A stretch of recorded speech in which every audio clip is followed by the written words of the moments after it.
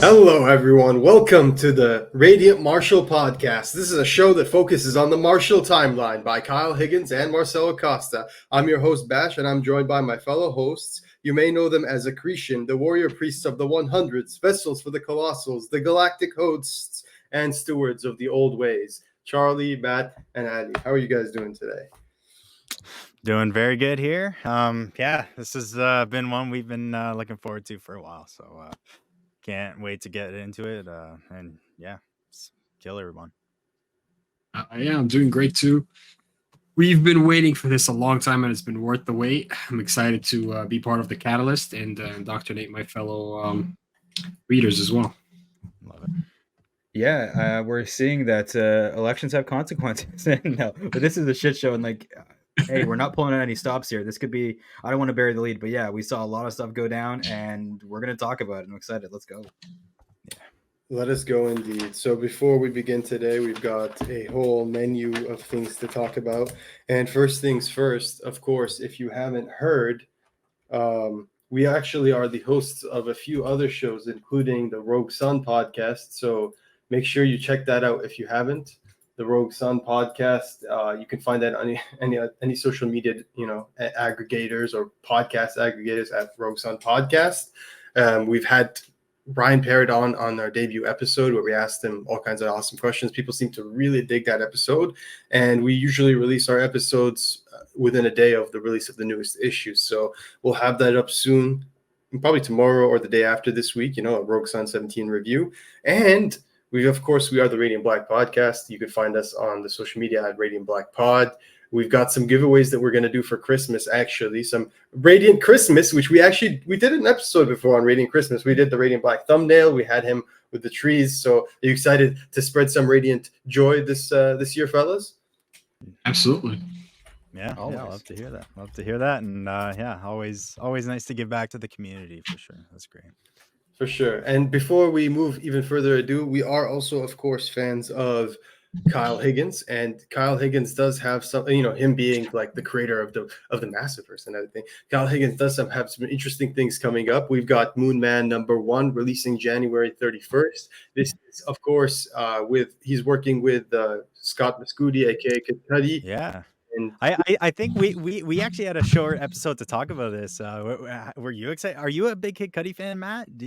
Were you excited? I'm a casual. I've gone to high school campfires and fair enough, high school parties. Listen to his music, which is iconic, right? Mm-hmm. And so yeah, I'm excited. That's amazing, and the art looks really cool. They're going to take it somewhere cool. Yeah. How about you guys? Marco Locati on art, Igor Monti of Massiveverse fame, Hassan Atzman Elhau, letterer on No One and pretty much every other book that's out these days, and editor Michael Basuto. Very excited for this one. You guys going to be picking this up? Definitely. Absolutely. Yeah, definitely. They also, that was the first page they showed, right? With Igor. I think they previewed that off, and man, that just looks insane. So yeah. You guys see this cover by Erica? Yeah, there's gonna be so many cool covers for this series. It's made for these kind of variant covers and stuff. So yeah, that's Rod Rice here. That's the thumbnail image we use. It's just too good to pass up. Yeah. You've got 150 by Matt Taylor, who's done a lot of the Flash ratios recently. Gorgeous stuff. That's crazy. Yeah, very excited for this one. Crazy. And of course, we also, being the Radiant Black Podcast, forgive me, I don't have this open, but I'll open that. Being the Radiant Black Podcast, we also have a Radiant Black Podcast Patreon where you can join us, and for the price of $2, I think is the first one, and $4 is the second one. Canadian, US, that's Canadian. Yeah, it's even lower. Yeah, so yeah, don't embarrass us with our exchange value, Matt. Yeah, exactly. Yeah, so here you see, it's 3 and 6. No, so it is US. So yeah, we have 2 US and 4 US. So the price of a comic book is the highest membership we do, and you'll be part of the Radiant Black Podcast fanatics and the nerds. Yeah. Obviously, we do a lot of cast on there, right? Yeah. Oh yeah, Fancast. We do a lot of things. We're gonna do early episodes for everyone. We've been demoing that recently, but we've also started doing Patreon exclusive content, and we do have our newsletter dropping very soon. We're adding some really big changes to it that will include some cool things, but I think people are going to be really excited when they see it. I'm thinking just 2 or 3 days and we'll have it done. So there's that. But yeah, check that out if you're interested. And without further ado, ladies and gentlemen, it is now time to get into the main event of the night, what everyone is here for. Radiant Black number 27. And obviously this is the Radiant Marshall podcast, so we're going to start with the Marshall timeline. Now, this is the cover this is both covers without the title. We managed to get the beautiful artwork all on its own. Appreciate. We have some guests on the cover who we'll get into in a second here, but yeah. I think we thought, or I thought that was going to be Sheer, right? Right. I think Right. you're thinking that. So yeah, that was a cool surprise. Wasn't that initially, but yeah, this was pretty cool. I was just curious. First of all, I know Matt was wondering this behind the scenes, but how did you guys today getting your issues? Like, did you get any problems, or how all that? I was fine. I will say I got lucky that there were three 27s and one 27.5. So I got lucky that I got both. Okay. I got the last 25, but otherwise it was fine. Okay, how about you, Bash? Yeah, I think people finally realized like what the 0.5s meant and realized their initial mistakes. So I had no issues myself and was really happy to see that both 27 and 27.5 were in the pull box. Right. Yeah, cool. Matt? I just went with Kindle. I thought he chose my. I had no credit debit card, but I just went with the Amex Comixology. I learned their tricks. This new omnibus thing, I really hope is going to iron out the kinks and make it easier for us. Yeah. I know Radiant Black is pretty. Like, I think Kyle's tweeted about it, saying that hopefully that would be something that takes off. And Radiant Black is like on one of the pages as a focus, so or at least in the picture I saw. So I think that could be better going forward. But they definitely ironed out a lot of the kinks. I don't think it was as bad. But Charlie, I know you mentioned off air that there was a bit of a story. Yeah, so I got my issues, no problem. I buy all mine digitally, but I actually had a chance to go out to the local comic book shop today. I went to two to pick up some issues. I haven't been for a while, and I actually went in and I talked to this guy who I know he loves Radiant Black. He loves the whole massiveverse. The owner, he reads all the stuff, and I haven't talked to him in probably 4 or 5 months, and he's like, yeah, I've been loving the series. Like, it's been great. And then I was like, okay, yeah, I'm just going to go get these issues. So I go over and I notice there's only cover A's for everything. So I'm like, okay, that's cool. So I get all the cover A's. I go over and I'm like, oh, like, did you not get any cover B's? He's like, oh, well, no, like the mirrors are pretty cool, but like I don't know, like the story's been great, but I just like it's not. I don't really need the variants and stuff. And I'm like, well, you know, there's like a second story in that, and he had no idea. Oh, And it was in issue 27 until I told him, and then I went to the other store beside me, exact same thing, same thing. And they basically said all the readers, there's so many readers who aren't necessarily die-hard Radiant Black fans. They're just getting them in these huge piles, right? So they're just getting them. They just want the cover A's and stuff. But personally, I was thinking about it today, and I think one of the big things is in that issue 25, even if you were to get cover A and B for issue 25, right? Only that last page was different. So you could just have it in a sleeve. You could compare both those, but it doesn't tell you anything. So now you're like, okay, I don't need the cover B for the next issue. So now it just keeps continuing, and you're not going to look unless you're on Twitter, and you're not on Twitter looking for this stuff unless you're a diehard fan of this stuff, right? So it's I was kind of and the funny thing was he was loving it. He was like, oh yeah, Catalyst War has been amazing, and he's only getting half the stories. Also because it's so fluid, you can read every other issue and it doesn't take a break, right? Like, there's no breaks in between them. It's so fluid. So I think I'm wondering how many people just think Marshall's Radiant Black, and I think a handful of people. And I was just that is crazy. Kind of surprised to hear that, but I picked up all my A covers and Rogue Sun, which I'm also excited to talk about soon because that was also fantastic. But that was my story. That's really interesting. And you're in Toronto, right? Like, you're not in like some small town, or whatever. Like, that's crazy to me.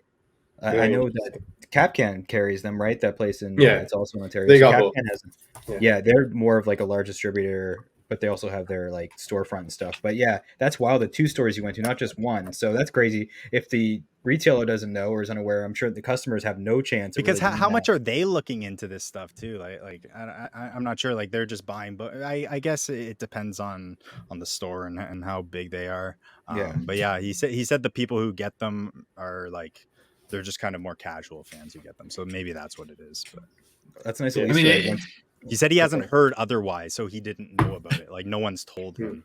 Sure. So you're the first guy in 5 months to bring it up to the owner. Yeah. And I was Hey like, man, for that's typical just like people, I 2 was like, Catalyst okay. War I was issues, like, all right. okay? That's like 2 issues, okay? 5 months, not 5 issues, 2 issues because of the delays. So Well, at Charlie, least you it's get worked you out. get True. some you get some good karma there for Yeah. raising awareness. No, I hope so. Yeah. I hope so. Maybe you'll find a black hole somewhere in the middle of the Hey, night. maybe, Exactly. Keep maybe. an eye That'd out. be a Yeah, you bonus. never I'll know. take it. I'll Yeah. take it. That's wild. Actually, even after reading this, I might not want it, but we'll see. Right. All right, guys, let's get into the issue. So we're doing 27 first, aka the Marshall timeline, and that is by. So the entire creative team is the same except for the colorist and the artist. The ones who worked on this issue are Kyle Higgins and Joe Clark on the writing team, Eduardo Fregato on the inks, Raul Angelo on colors, and of course Becca Carey on letters, and of course editor Michael Basudel. So without further ado, let's get into it. Here's the first page. We're seeing how basically each character. Well, I guess we won't compare right away. The thing opens with the interpretation of the context of the event, and as we can see, Nathan being the partner in this issue, as in the partner in crime to Marshall, and not Radiant Black, is feeling as if they are very much firmly in the middle of a war, and that is the word he uses, like that he chooses to use. So, what did you guys think of this? I don't know. Documentarian Nathan, I think that was a really freaking interesting way to go because, like, what else? Who's better to tell this story or write about it, right? Than Nathan. And dividing it into, I just thought this was really good. And the way these 2 issues mirror is genius, right? Like Kyle, and in my tweet, I was gushing about this issue, and I forgot to mention Joe Clark, so that's on me. Joe is amazing in the addition. Those 2 are a lethal combo in the stories that they can tell. So I thought this was pretty good. Yeah, I don't know if anyone got Lois Lane vibes from this, but that's kind of what I got from this. Kind of just setting up the tone, kind of with the kind of just talking about everything what's happened. But I thought it was just great, kind of seeing all these things that kind of they might not have time to shine a big spotlight on. But yeah, here we flip the page and we get our first look at some Radiant Troopers. What are these guys called again? Well, they're literally the Franklin group. The Franklin group. Yeah. Okay, yeah. I was hoping for a cooler name. Not gonna lie, but we'll see. Maybe Is that the first time we hear about them, the Franklin Group? Yeah, I mean, we had our speculation regarding what was going to be done with the leaking of the 001 paper, and here's the first time we get confirmation that they've been Yeah, working well, behind the yeah. scenes. Yeah, They brought in we ice. saw them in the like- helicopter, right, when they were shooting Yeah. the beams. So that was the first time we saw them. But like, this is Yeah. like you see them in the full ass armor and everything. Yeah. Yeah. I love that Yeah, it's and ice. they're- Like, what are they gonna do? Like, what's ice gonna do against like outer space stuff? Like, it's ridiculous. And I love the Space Force. Like, Space Force. yeah, the Space Force is coming in. Yeah. So I Yeah. mean, really, this is a big deal. And we're not gonna get into the politics of it all because, goddamn, we don't want to. But like, this is really cool. Those suit designs are really sick. Like, if the Avengers game, I was killing those guys for 40 hours, the game probably would have been. No, they're badass and they're strong. Like we can tell. Like they're giving Marshall a run for his money here. He's out of breath, as we see on the next page. So yeah, they're pretty strong. It's cool to see. I like how you can see Nathan there behind the glass, like in the first like panel, like right there, you can see Nathan there. He's just like, there's a bunch of like U.S. soldiers and like, you know, like all these army men. It's just fucking Nathan. I'm sorry, I just wanted to point that out. No, it's true. Yeah. He's a writer, right? He's got that soul. He's not a war guy. Like, he doesn't even like. Hey, that excuse people are you. involved. He's the quote unquote biographer. Okay, Yeah, he's that's the it. biographer. Gotta give him his proper. Well, dues. I don't know if that's ever coming out.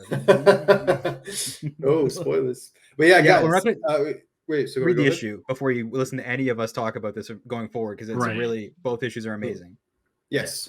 So it's full spoilers. But one thing I want to point out is we got official confirmation that, at least like a speculative official confirmation, that here he says different members of Kieran's post office army group, which I'm pretty sure is just the CIA front. So finally, Kyle somewhat confirming that like Kieran's actually CIA, which we already like low key It's- knew, but yeah. it's good to put a a Some name and a organization. word to it. Yeah. Yep. So yeah, I mean, really cool page so far. Love the colors, but this sets up another interesting page coming up next, which is, as you can see, you guys were saying he's being trained hard, but he's also fist bumping the soldiers there in that image. So we see it's a tight group. Like this is Marshall we're talking about. This is the guy who calls the officers piggies, right? And he's straight up very disrespectful to their faces. So they see him have this relationship with these soldiers in a is interesting development, considering he was apprehensive to even call for their support. Yeah, that's a really good point to make, how he is so anti-authorian, just like Nathan. That's kind of like a thing they mutually kind of share. But yeah, you're right. We're going from calling them pigs to being one of the war pigs. You know, you're going in there doing your own thing. It's pretty interesting. Yeah, so we see that Nathan continues his, like Charlie said very nicely, his Lois Lane like commentary and insights. He says Radiant Black is being challenged for the fate of the world. Marshall and I made a decision, and now I'm here to help. But was it the right decision? And right is emboldened. So seeds of doubt, right? Like he's feeling that doubt. Yeah. I mean, it's big, right? Because you know it's a big decision. Him and Marshall are the only ones that understand how big that decision was, and know you're also giving up a lot of power. So you're thinking like, okay, I support my friend, but also if he fucks up, I should have been the one to do this. So it's a heavy weight on your shoulders for the fate of Earth.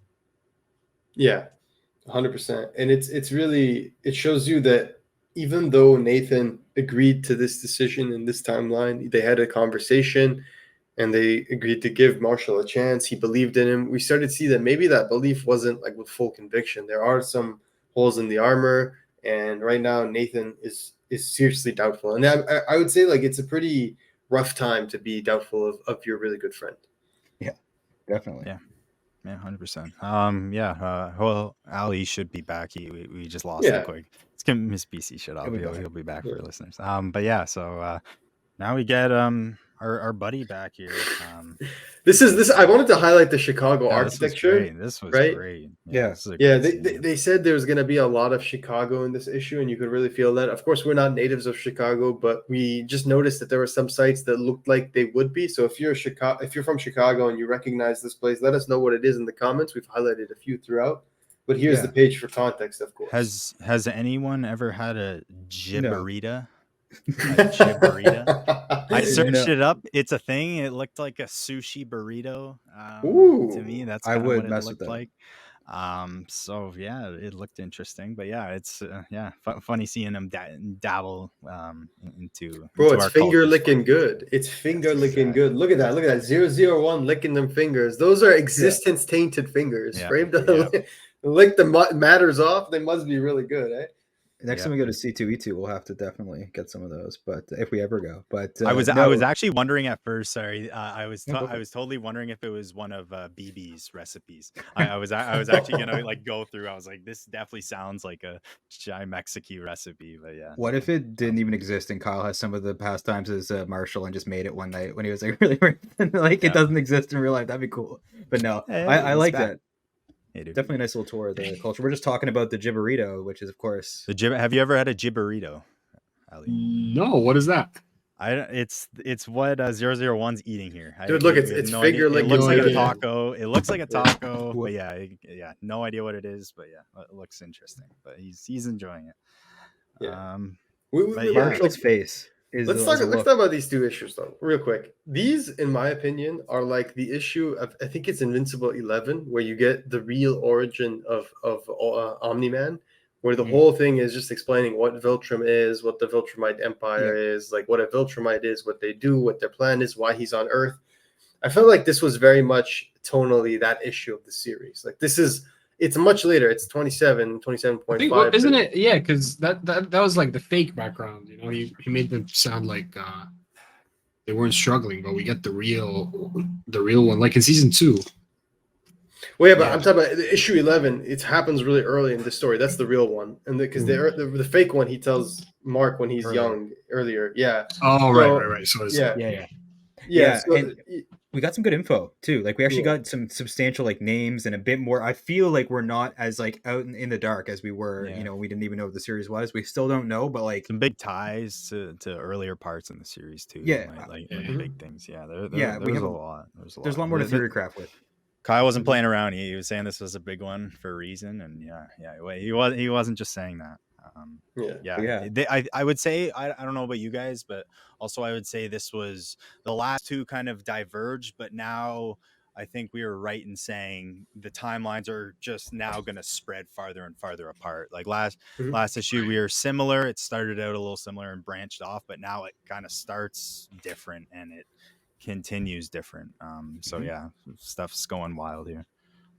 Yeah, and we get important pieces of lore, like everyone said. Here he says Premier isn't testing the Radiant, he's testing its wielder. When Catalyst challenges a planet, the first stage is invasion, and he says the second challenge is indoctrination.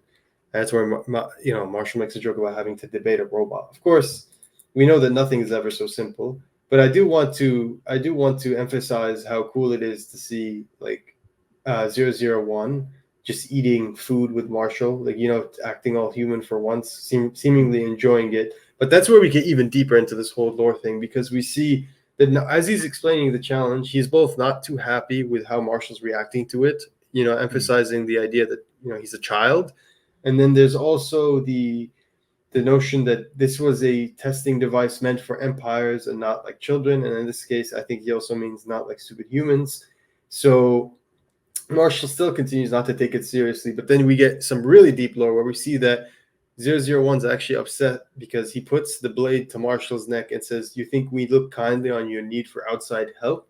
Which lets us know that he's actually one of the 100, which we'll get the formal name later, but he's one of the people who tests. He's one of the people who come through during the test of indoctrination, one of the people who are recruited to be vessels eventually. Yeah. Almost like a hive mind, pretty much. Yeah, like it. Yeah, no, it was super cool. But yeah, we got a lot of 001 lore in these couple issues. Yeah. I always thought he was kind of like this evil guy. Like this added a lot to the character and like a lot of depth. When looking back now, you can look at those first issues and have like a whole different flavor and understanding of why he's there. Because he's kind of like a rebel, as we learn later on in the issue. I don't want to jump over ourselves, but it's really cool even reading this issue, having read to the end of it, seeing stuff like where he's kind of with them, but he's kind of not. Like he's trying to be the difference maker to prove to like a whole leadership. He's like the one that rebelled, like a certain Invincible character that I won't name because we still don't know. Even show watchers don't even know what that guy's up to. So I think that's really cool. Yeah. Do you guys get a hint of jealousy from 001 that Marshall is the one that has the Radiant and Marshall is the one that's getting tested? I thought that first, failing at it so much. I think it's more like he thinks he's superior. I think he thinks like they're inferior. Like I really do. I get the impression. He lived his whole life based on these beliefs, right? But I also think, because we learn more about him in the next issue, and it's spoilers, but I think he's also jaded because this aligns somewhat with his own path. So to see someone like take it so unseriously, I think is offensive to him. It's like Vegeta and Goku kind of deal, where it's like, damn you, I'm supposed to be the one that changes things, or like the leader, and it turns out this guy naturally just has abilities I don't. Or it's like Wei Lun with Owen, but imagine Owen didn't take it seriously. It's just like he just like thought it was all a joke. You know what I mean? Like that's how it feels, right? Yeah. It's awesome character. Like 001, like going up in the tier list if we don't already have him at S.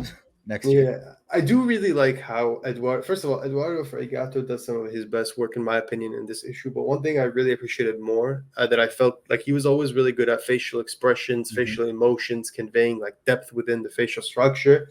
And I think in this issue, particularly like right here, you can see it's the really, really good looks at his face that are very expressive in terms of how 001 is feeling, but also how Marshall's feeling. He looks genuinely terrified here, like shocked and terrified, right? Like he went from like pure indifference to like, whoa, so the man's talking. It's a very like, or like when moment. I have to debate a robot, right? Like, and I have, but I'm eating a good sandwich, like that's the face I would make.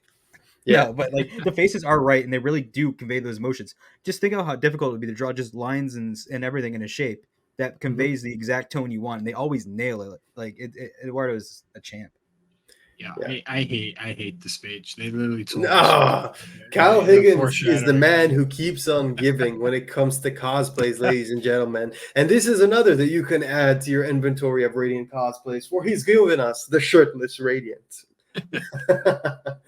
I mean, so Marshall's just walking around shirtless. He's definitely looking a lot more jacked. Swole. Yeah, so the military training has been paying off. But it's funny because you're thinking, why is he doing this? And that's where Nathan's like, oh no, he lets Nathan know he's keeping the secret. He doesn't want them to find out a secret identity. And then Nathan says the intelligible thing, which is, I gotta imagine the NSA figured that out months ago, metadata and all. And then he says, and that's why I keep my browsing history so spicy. Misdirection. I really want to see that browsing history, the browser history. Yeah.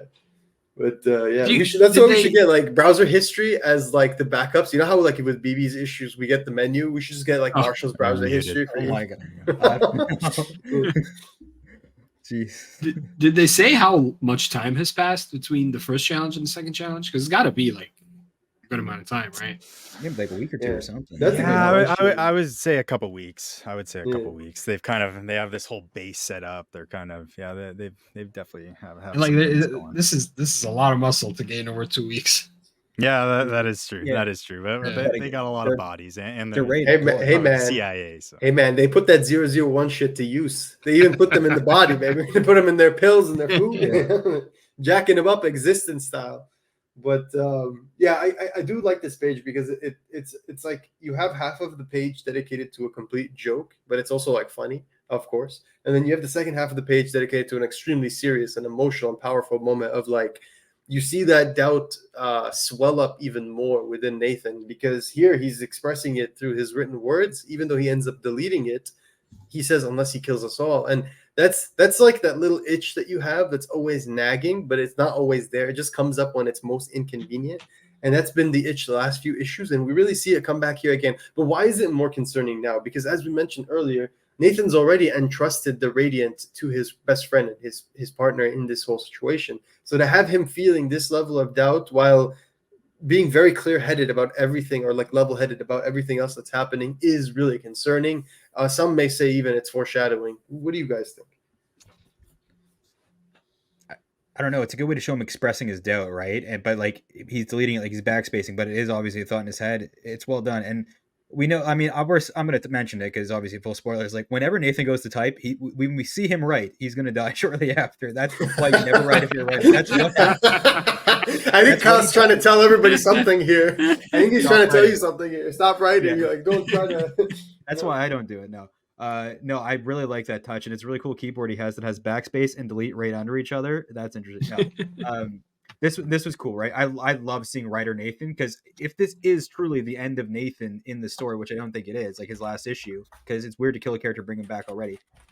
This is truly who he is. He's a writer. He wanted to be a writer, and he gave up power to pursue this life and also implement writing into his life, and that's just what he does. Like I like it. Of course, it's how he'd express it, and we all write stuff in it first draft, but he's re-editing the draft, and maybe he does actually believe in Marshall, and he's just seeing the words written, and you see it written and you think about it differently than if it's just going through your mind. So it's almost like a little journal that he made out of his documentary, and that he's gonna so yeah, that's my thought.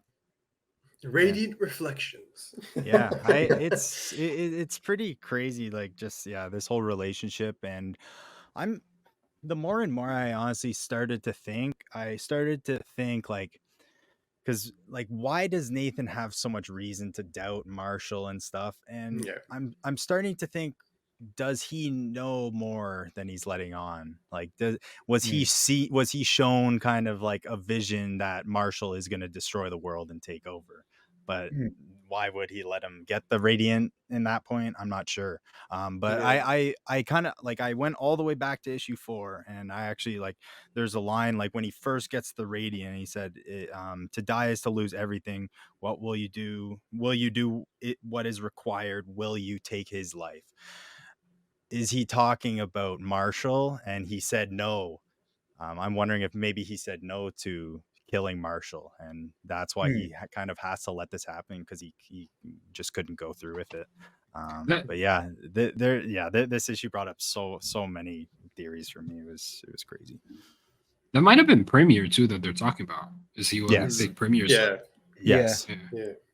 I do want or maybe like end the way. Maybe he's thought about killing like the old ways. Maybe it has a name or something. I don't know. Yes, and then also it was. Sorry, man. Go ahead. No, I was just gonna say I want to see an issue of like Nathan in existence by himself when he died, like what that whole time was actually like, and then maybe now if like you have a theory of like maybe he goes into existence once he dies, like because he did sink in a way, right? So maybe there's some consciousness there. Like He's I would died like before. to see. It's not the first time he's died. Yeah, Yeah. right. And I think there's an easy way, like keep him dead. I think that would make the death mean something. At least in this timeline, there's another timeline you could do a bunch of stuff to make it not seem real. I mean, we'll talk about it more once we get to it. But I feel like he could linger in existence. I want to see an issue of that. Anyways, we're in the weeds. So we were warned that the dawn, come the dawn, the second door would be revealed and the new challenge would be upon us. And they were not joking, because immediately things get really creepy. It just gets misty. Soldiers start disappearing, and we see our new guests who are on the cover. I do love this entrance, very metal. You can almost like hear the teleportation and the music starting. But they take out the entire camp, all while Marshall's asleep, in his shirtless, radiant cosplay. Nathan manages to hear the commotion outside, and that's where we get this truly haunting page next, where Nathan just goes outside. He immediately sees someone's soldier's throat who slit. He's in shock. He tells the soldier to put pressure on the wound, but then he turns around and sees that it's a bloodbath, and behind him is a cloaked figure with a purple hues and dagger, and he's about to claws, and he's about to stab Nathan to death. Of course, in the next panel, we have a swift and decisive action on Marshall's part as he swoops in literally to knock the monk out of Nathan's way, and a battle ensues. I do want to say a few things about the nature of this page before we get right into it. I love this like pizza slice paneling that we have here in the first like 4 panels, because it's a really good way, this like zigzag paneling, to emphasize the quick pace action that's happening. Also, really, these are on TMNT. These are our Teenage Mutant Ninja Turtles. Let's not skip anything, right? They have all the weapons. They've got Jenica's claws. They've got like the staff for Michelangelo. Like, I love this. Where's that Leo with the staff? I'm dead now. There is one with 2 swords though, so you're there is one with 2 they swords. explode. Yeah. These are cool. Like, I sorry to interrupt you, but I cannot. When you mentioned the pizza slices and everything, like, I'm not hating this. I like it, and also we know Kyle loves Nightwing too, and he uses a staff like that too. So that's a nice little. It's true. These guys are awesome. I love these designs, and keep making your Cool point. seeing Nathan just spraying around there. He's just Nathan with the gun. I thought he was shooting them, but I just realized he's shooting the sky. The signal. Warning. He's shooting the signal. Yeah. So he's just like, Nathan's gone full Rambo, but like strategic Rambo. No one was on watch here.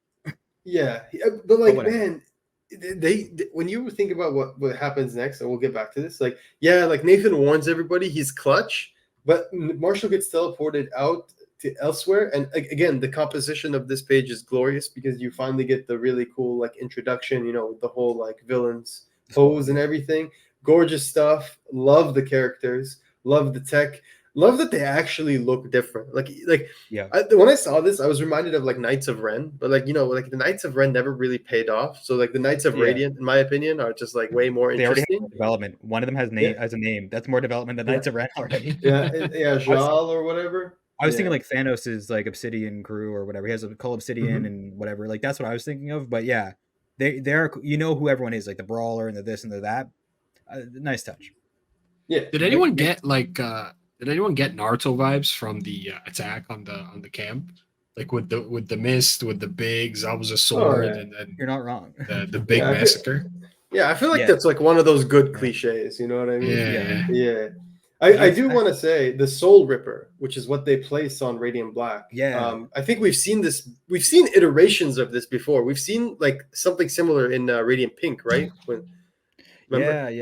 It's cool. And then it is very cool. The effect of like being permanently glitchy. It's like you're looking at something without 3D glasses in the best way possible. So cool. I thought that was one of the coolest things.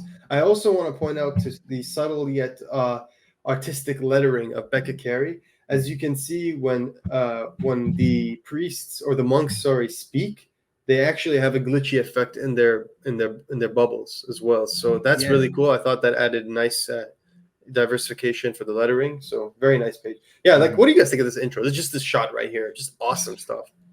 No, it's definitely great. I want to add to that 001 doesn't have that when he speaks, right? Like he speaks quote unquote normal. Do you think that's because he split away from them, or 100%? I don't know. Like it kind of seemed like he kept saying we, so it kind of seemed like he was still in the hive mind a little bit. I think he just meant his people.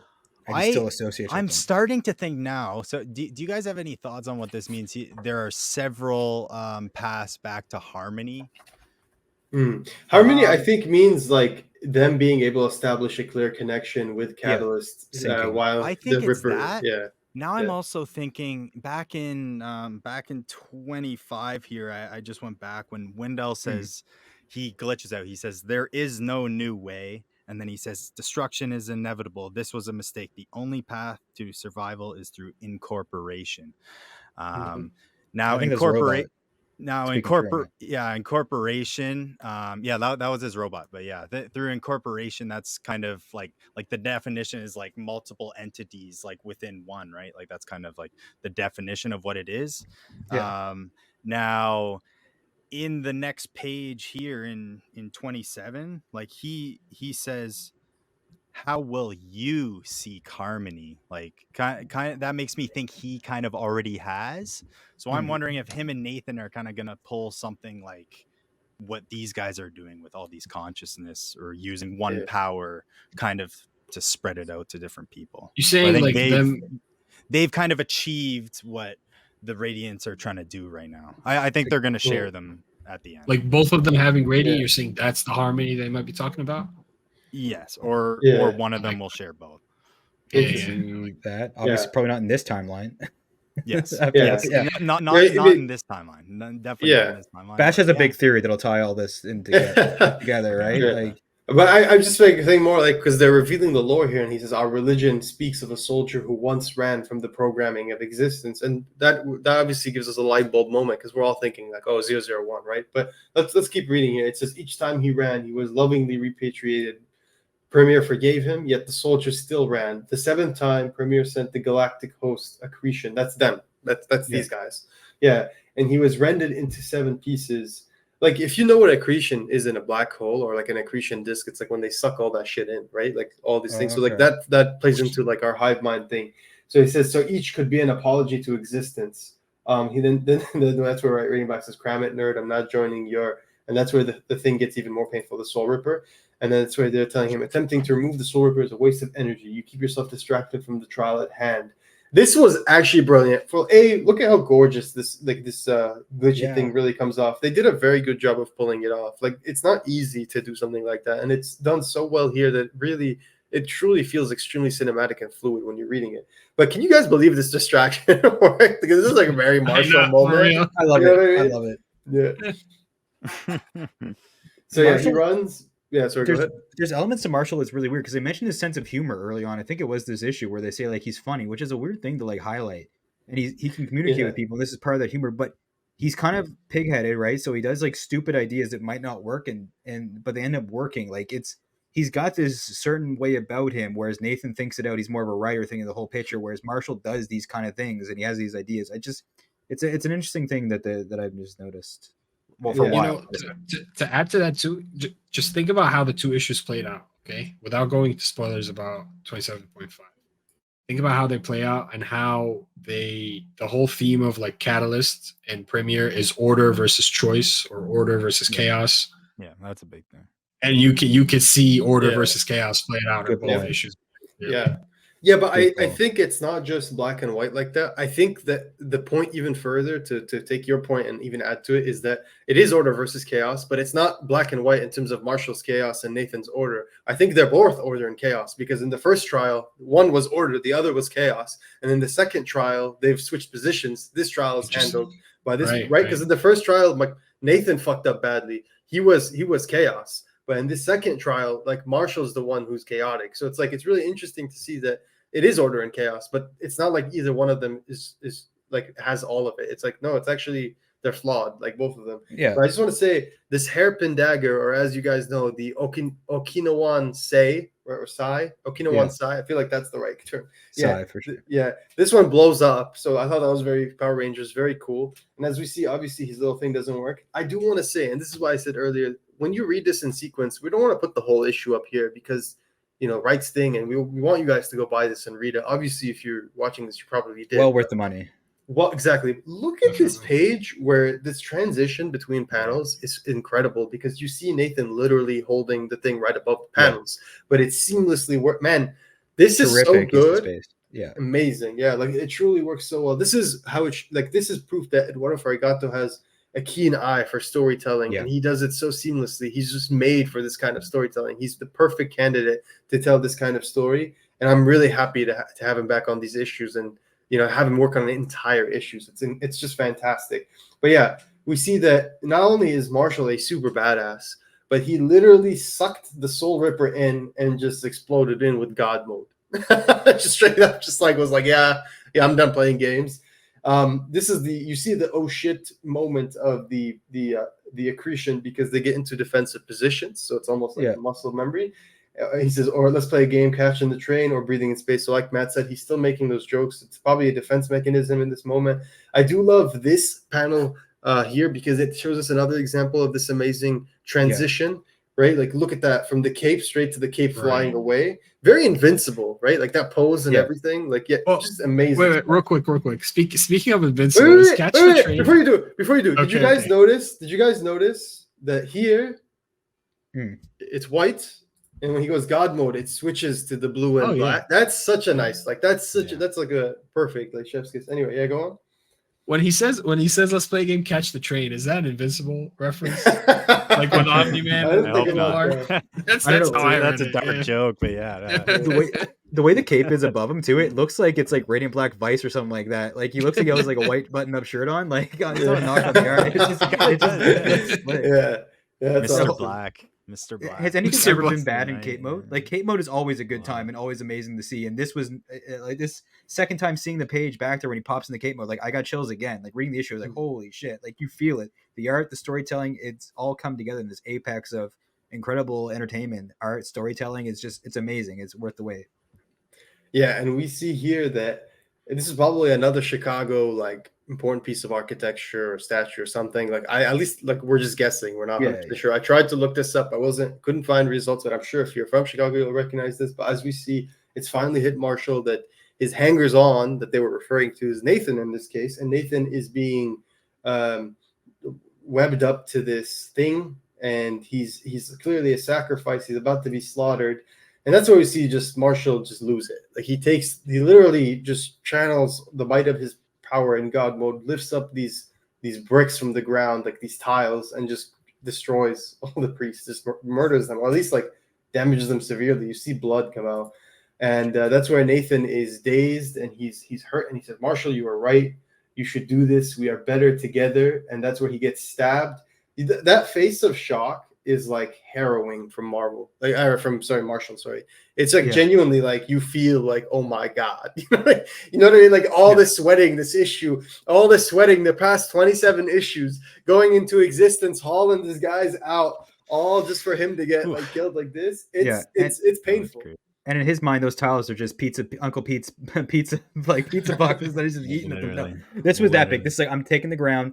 I'm done. You kill my friend. That's it. No more jokes. Fuck you guys, basically. We've Straight seen up, him, just We've seen him be brutal before, but not like this.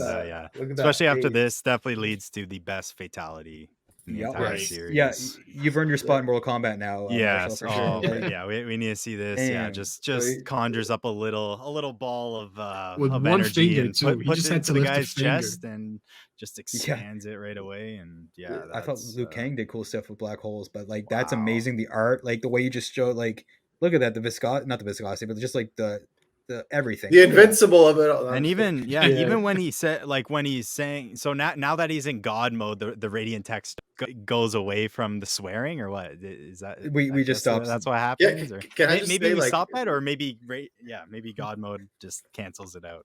But I love the face kind of. You can see the little face there, and just it coming out of the bubble. That's crazy. Maybe we talk to Hollywood Bobby Kirks. I'm just gonna drop F-bombs. You okay with that? Yeah, man. Do it. Like, let's go. Yeah. Like, no. The NetherRealm or whoever is the Mortal Kombat people, he just did the fatality. Like Kyle just gave you guys a fatality. Yeah, no, it's Kyle and Eduardo. Yeah, so there you go. You put him in Mortal Kombat, you've already got your final move. So I'm just saying. Fuck, that's so dope. Like, it is amazing. And like, we don't know if he's going full evil after this. Like, if he's doing this, like, oh, I found out I can just black hole people into nothing.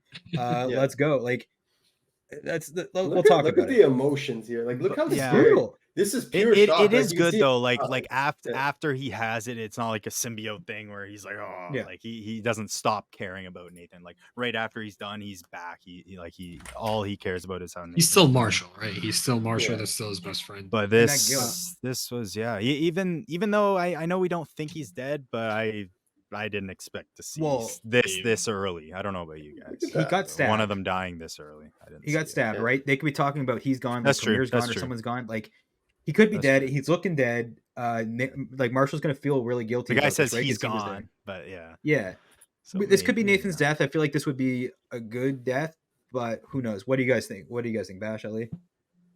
Well, we've got Garzilla, our fellow Radiant friend, joining us here in a second before we start the Ooh. next issue. But before we get into that, let's talk about what Marshall, or a really good question that Matt just brought up. I'm honestly not sure, but I think if he is dead, I think he's gonna be back because I have a theory about both timelines converging that we brought up before, and Owen so generously reposted in the Discord today, but his own version. But yeah, I think that we're gonna see the timelines collide because I have a whole theory about that. But do I think he's dead? I think most likely he's dead, because if they just like if they do this whole thing, it's meant to be very emotional. There's build up in this issue. There's a crescendo. If he's not dead, I feel like that's all wasted. It's just like a setup. So I think he needs to die for the story to progress. That's You know what would have made this all better is if like we had Nathan writing a letter to his grandfather and we didn't see any action scenes and we just like Now- wait. You should know that not Charlie hasn't read 28 or 29. I think Okay, I've already haven't, spelled it to him, like, a couple you're times okay. No, off air. I think I Yeah. already. No, you're good. if you're reading Five Um, Power, you know where we're at. Yeah. But Anyway. anyways, this Yeah. was great. Yeah, I think that's an interesting theory. We're definitely seeing Wendell again. That's how I think Yeah. we connect the timelines with Wendell. Well, I have more to my Yes. theory, but it's gonna come up as we talk about As we go on. 27.5 with Garzilla here, because it's gonna get. We need parts of that issue, pieces of that to understand, because it is the 0.5, right? That comes before 28. Okay. But without further Wait, ado, before you move on real quick, do you guys think they're dead? The other accretion people? I don't know. I just looked That's through. the We one never where I saw have him no idea. teleport. Like, Yeah, some of them for I don't sure know. look dead, like he crushed them, but No, like yeah, it's no, hard to I tell don't if they're think so. like healing, right? Because like 001 got fucked up pretty bad in the first fight with the Radiance, and then he just like whoop got out. Like black hole know what I mean? person's dead. plus, if Radiant Red can absorb the blood and shit to heal herself, I don't see why these guys don't have like variations of something like that, right? Yeah. okay. Yeah. So I'm just saying, like they're all pretty crafty. They're from the future, and presumably they already know this is all written. So Yeah. If the 5 Indicate guys can survive and come back, I think that these guys can survive quite a bit too. That's see. Before we get into the next one, I did have a quick question from Owen on Twitter. Do you guys think we're gonna get them back, or like what we haven't seen them yet? Did you expect to see the 5 Indicate by now, or when do you think they're gonna come back, and what role do you think they're gonna play? I have no idea personally. I No think idea. it's so hard to predict who's going to be used in this story, because it seems like everyone's a possibility, but like at the same time, if you want to go with what works for the story, like I mean, they're training all these people, and we see that in this issue that's like certain people are on standby, right? Even given their criminal records and everything. So I feel like it's 100% possible. I don't know how probable it is, but I think it's possible. I think it happens in the Marshall timeline because we saw that he gave Joao fair. mercy, Yeah, that's fair. right, That's at the end. So I think that's something how they could come back and work with him. Like, look, I know your buddy's dead. Like, we just want to help. Yeah. We were dicking around. This is serious. I Maybe, think like, they'll come back and look for him, and I do think, and I think a part of me thinks Nathan dying was this test that they were talking about. Like that was the test. It wasn't saving Nathan. It was Nathan dying. Now, what does he do with that? I think that could be more of Fair. the test as well. Sweet. Okay, so yeah, that's it for this episode in terms of the Radiant Marshall podcast. We'll see you soon on the Radiant Nathan podcast for the Nathan timeline. Anyway, ladies and gentlemen, stay radiant. You'll see our comparison in the next segment. Peace. Welcome to the Radiant Nathan podcast. You've been gotten the Burnett. We discuss plenty of leather-bound books over the finest brandy. Joined as always by Bash, Ali, and Charlie, and our special guest, Garzilla. How's it going, gang? We'll start with Bash. What's going on? It must be like a good time to be a Zilla right now. There's just a lot of Godzilla stuff going on. Like it just must be a good time to be a Zilla right now. Shit. I'm doing good because it's always a great time when you're joined by a guest. And of course, today we have Garzilla. He's been here from the beginning, reading Radiant Black, being part of the community, listening to the podcast. We've had him on before. Today it's even better because we have him on the whole time. We have tons. It's gonna be a mega, whatever bullshit they use to like adjectives to describe like all those comics, giant size, mega size, triple length issue. That's what it's gonna be show today. And we got all your Nathan needs, baby. So can't wait. Hell yeah, yeah. I'm doing well too. Always awesome. Glad to have a friend of the show on and get some different perspectives once in a while. It's always awesome to hear. And yeah, this one, craziness last issue too. Just talked Radiant Black 27. So yeah, can't wait to talk about just the comparisons in this stuff. I think it's issues are starting to branch out more and more, and just can't wait to get into it. Yeah, no, I'm doing great. Super excited about this issue. These couple of issues are some of the best we've read in a while. Definitely worth the wait. Good to have Garzilla on. Excited to get into it. How you doing, man? And I'm Gar. Yeah. How are you doing? First off, what were your thoughts on the end of last issue? First off, Nathan's death. We just talked about that. I feel like he just can't catch a break. True. Fair enough. I'm now curious to know about the third timeline in the sense of, all right, Nathan died before, Marshall didn't get to bring him back, and then Marshall got killed by all the villains. So now I'm curious to know how did that timeline ended up? Because we know Wendell probably knows. Okay. That's cool. And you did vote for Nathan in the poll too, as well. So that gives you, some I'm vested at interest. 0.0000001%. I think it's closer than you think. Love that. Yeah, I think it's close. At least that's what they keep telling us. So I want to say it's like probably like 60-40. Yeah. Yeah. I want to say it's even closer, like 55-45. Like that's what I personally think. Like 55-45, 54-46, like that. Or is this like a sports game? All right, flip a coin. Whoever gets it right gets to go first. Yeah. You never know. We mentioned it because, like, I think it's interesting thinking of how Kyle actually wanted to go about these stories. Like, he's writing now. I get, like, potentially, it seems like to me that Marshall might be the guy. Although there's arguments to be made. Like, I don't know. It's really interesting to think how this could have gone depending on the poll results. Yeah. Watch it end up being at like the very end of the Catalyst War where they find like the Ex Machina thing that will help them win this whole thing, and it's like what's the percentage at? It's and it's like whatever the higher number was whoever won. Yeah. No, I'm super curious to see how it turns out for sure, and I'm curious to see if like I don't know if he'll even tell us like what that other story would have been if not like if the poll went a different way. So yeah, I'm super curious with that too. Interesting. Sweet. Without further ado, then let's get into the issue. I've got here. Wait, what the fuck? Oh, there it is. My bad. I've got here the image, and this is the cover of the 27.5 half, also known as Catalyst War Part 5.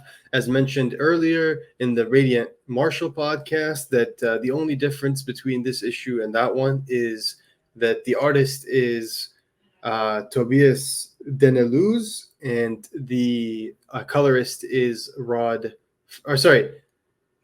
Wait, is this the 27? This is the 27 cover. I am stupid. So sorry about that. The easiest covers to mix up. So don't worry about it.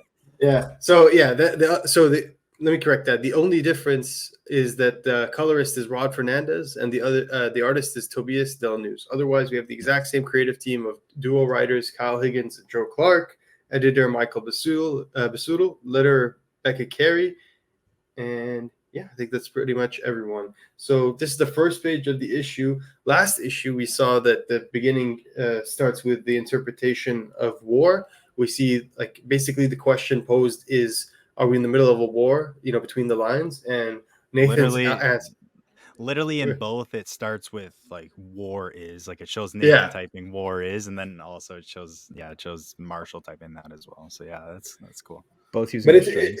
it's interesting to see that like Marshall doesn't think it's a war, right? He's out here paddle boating and rage tweeting. That's a very lethal combination. But when it comes to Marshall, you know, my man is a multitasker.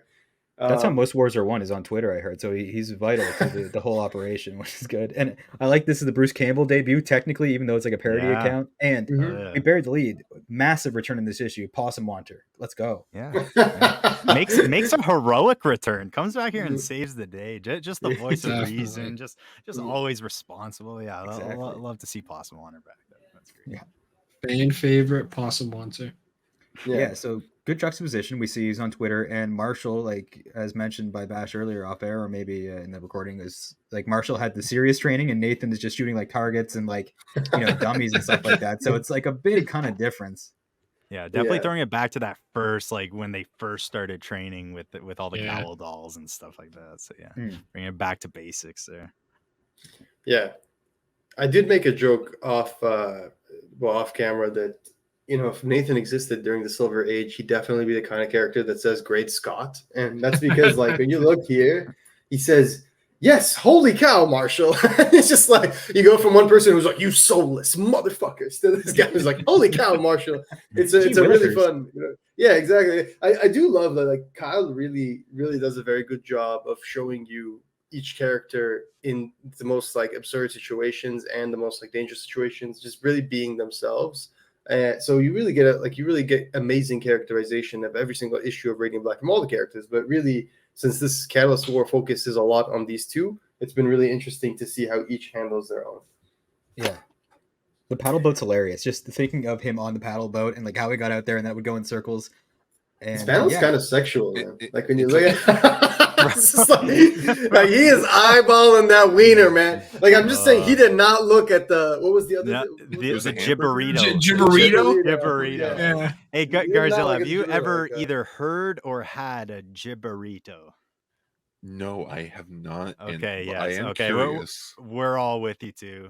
Okay. Yeah, 001 seemed to love him last issue, but yeah, we have no idea either. So yeah. If anyone knows what that is or has pictures, just put it in the comments or message. Yeah, Whoa, I think he whoa. digs the hot dog though. I think he's more of a Yeah. hot dog guy though. Big Definitely. time. I think he finds it saucy. You know what I mean? Yeah. Just the eyes, the way those eyes penetrate. It's spiritual. what is the meaning of this?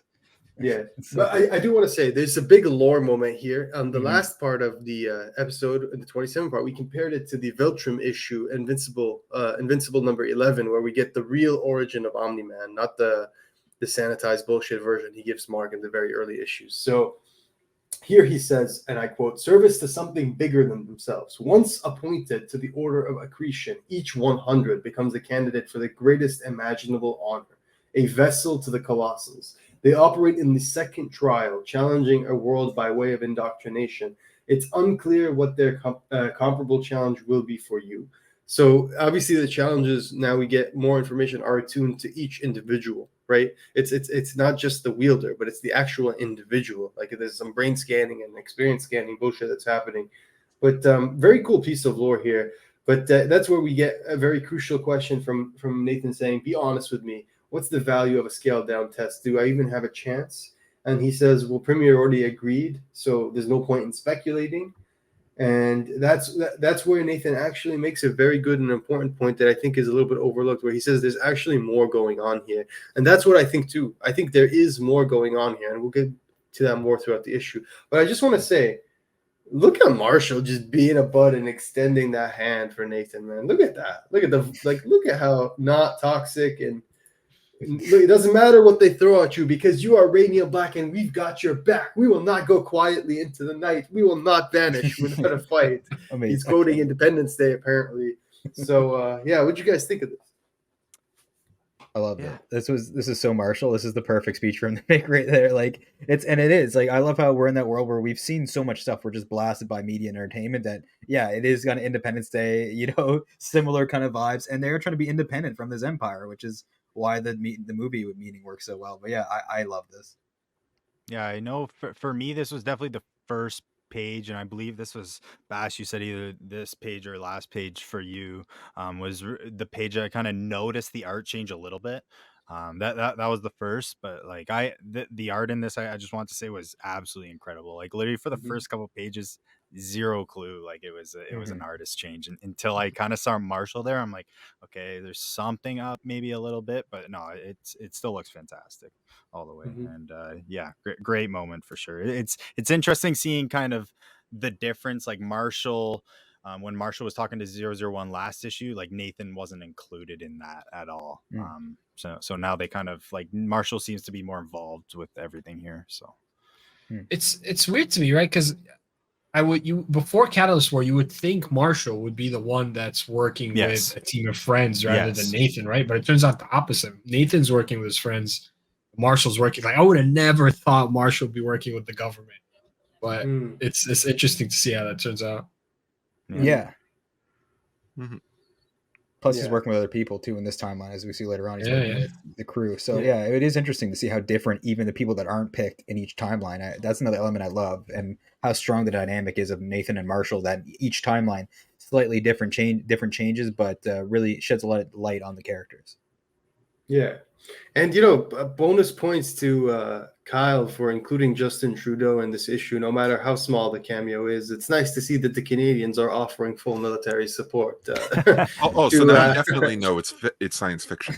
that's true. Yes, it's fair. That's a You know, point it's to point out. you know it's fiction because no one talks shit about him. Anyways, I love.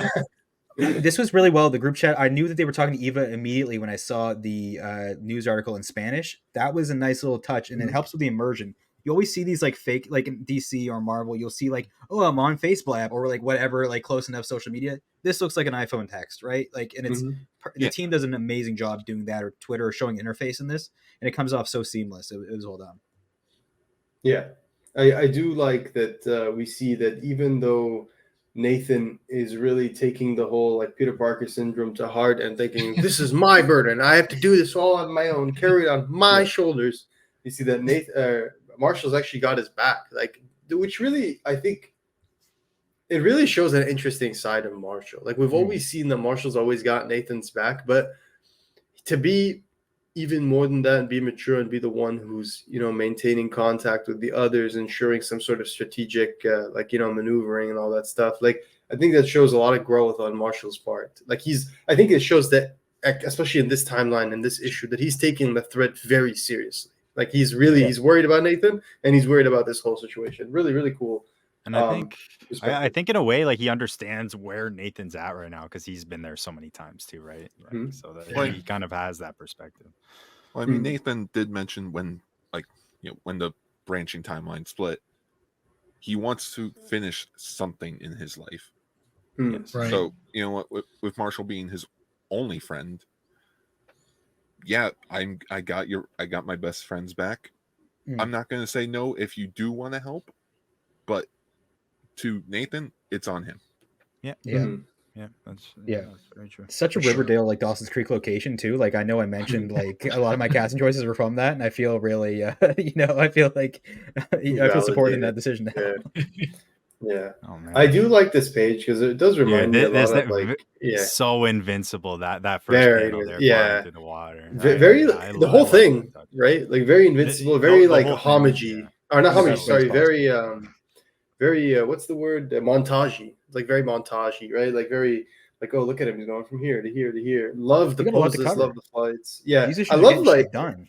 yeah, the movement between panels. Like I like it when they do a lot on these issues where like the limbs break between each panel barrier, Yeah. so you'll see like half the limb of the other panel. Like I feel like it's a really cool way to show the flow and transition between Yep. each panel.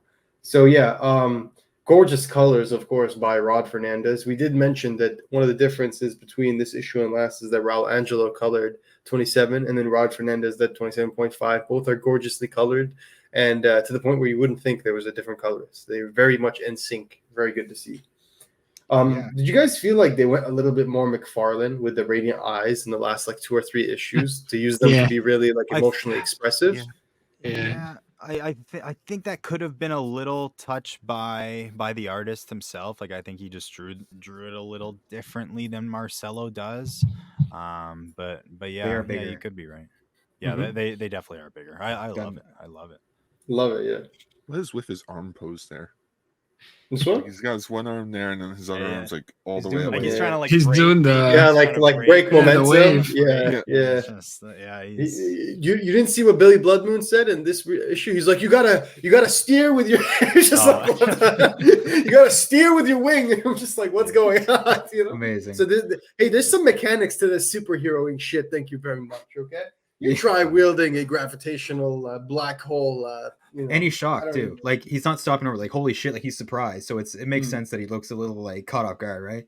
But yeah, it is kind of funny. Every time I reread this now, I'll be thinking of the arm position. I think Yeah. it's just like how wide his chest was and how scrawny his arms look Yeah. is what Yeah, froze it that's- off. that's fair. Fair. Yeah, so you're saying he's carrying too much cake? Maybe that's part of his like win JJ back plan. You know, he's trying to Could be, outcake could Braden. be. You know, Yeah, He's got yeah. hoop dreams after this. I think. Let's go. No. I don't know if I were Nathan, JJ's gone. Just Yeah, I'm with you. I'm with you, man. I'm with you, man. I'm Screw gonna Jay. save Earth. He's Yeah. gonna find somebody better.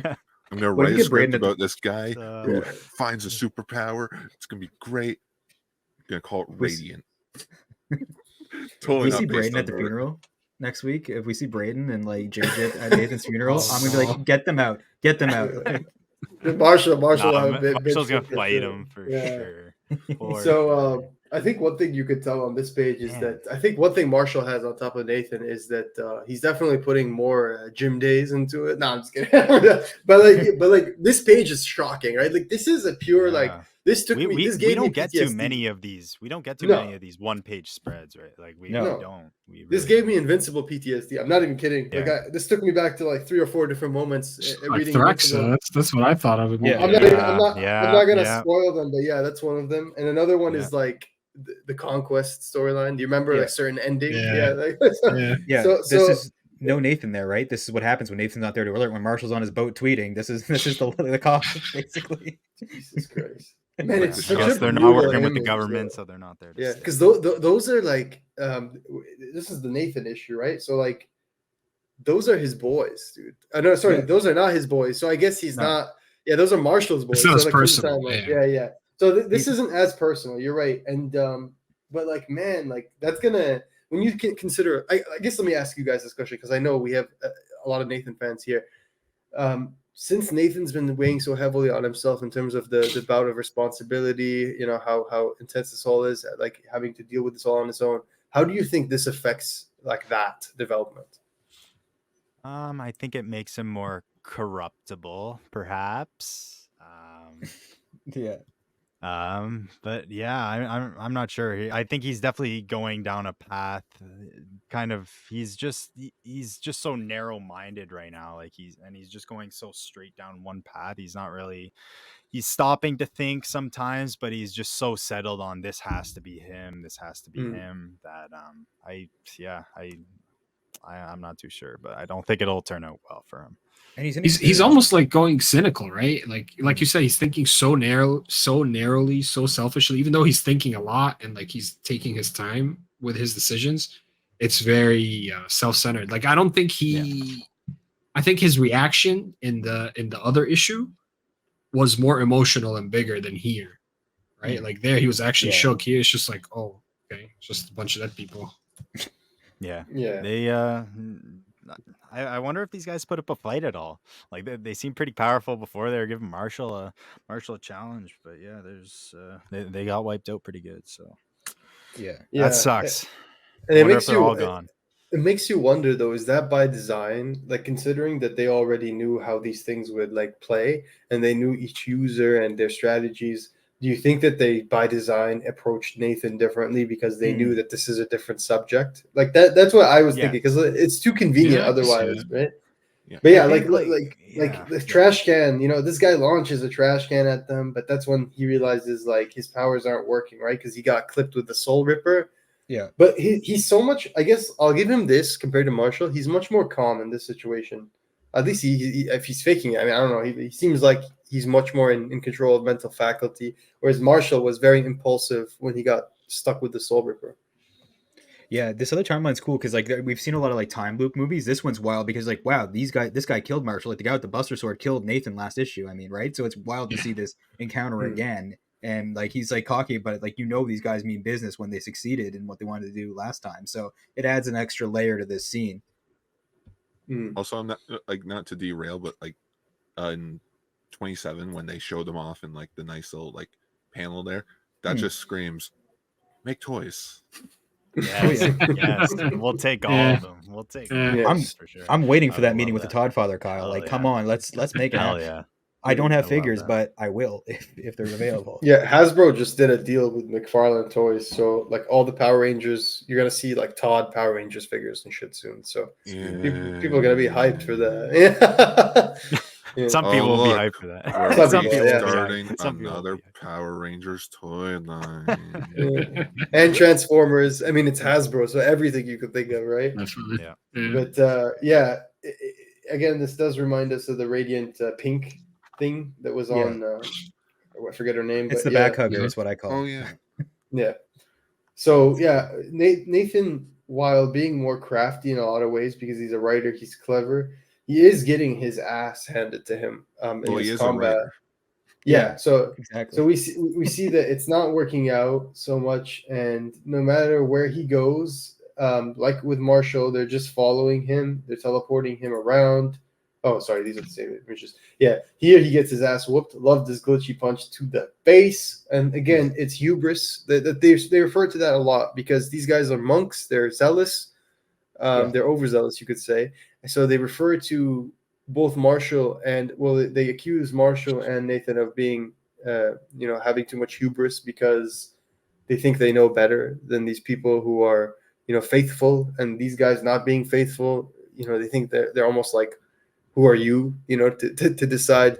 And I think there are some important lines that we're going to see here, but you guys did remember that they said indoctrination, and there's a lot of words along those themes here. He calls them uneducated. There he says we're here to fix a broken mind, and he says a task which is easier with broken bones or a broken body. But then we get this page, which I think is one of the most badass pages in the entire Massiveverse. Yeah.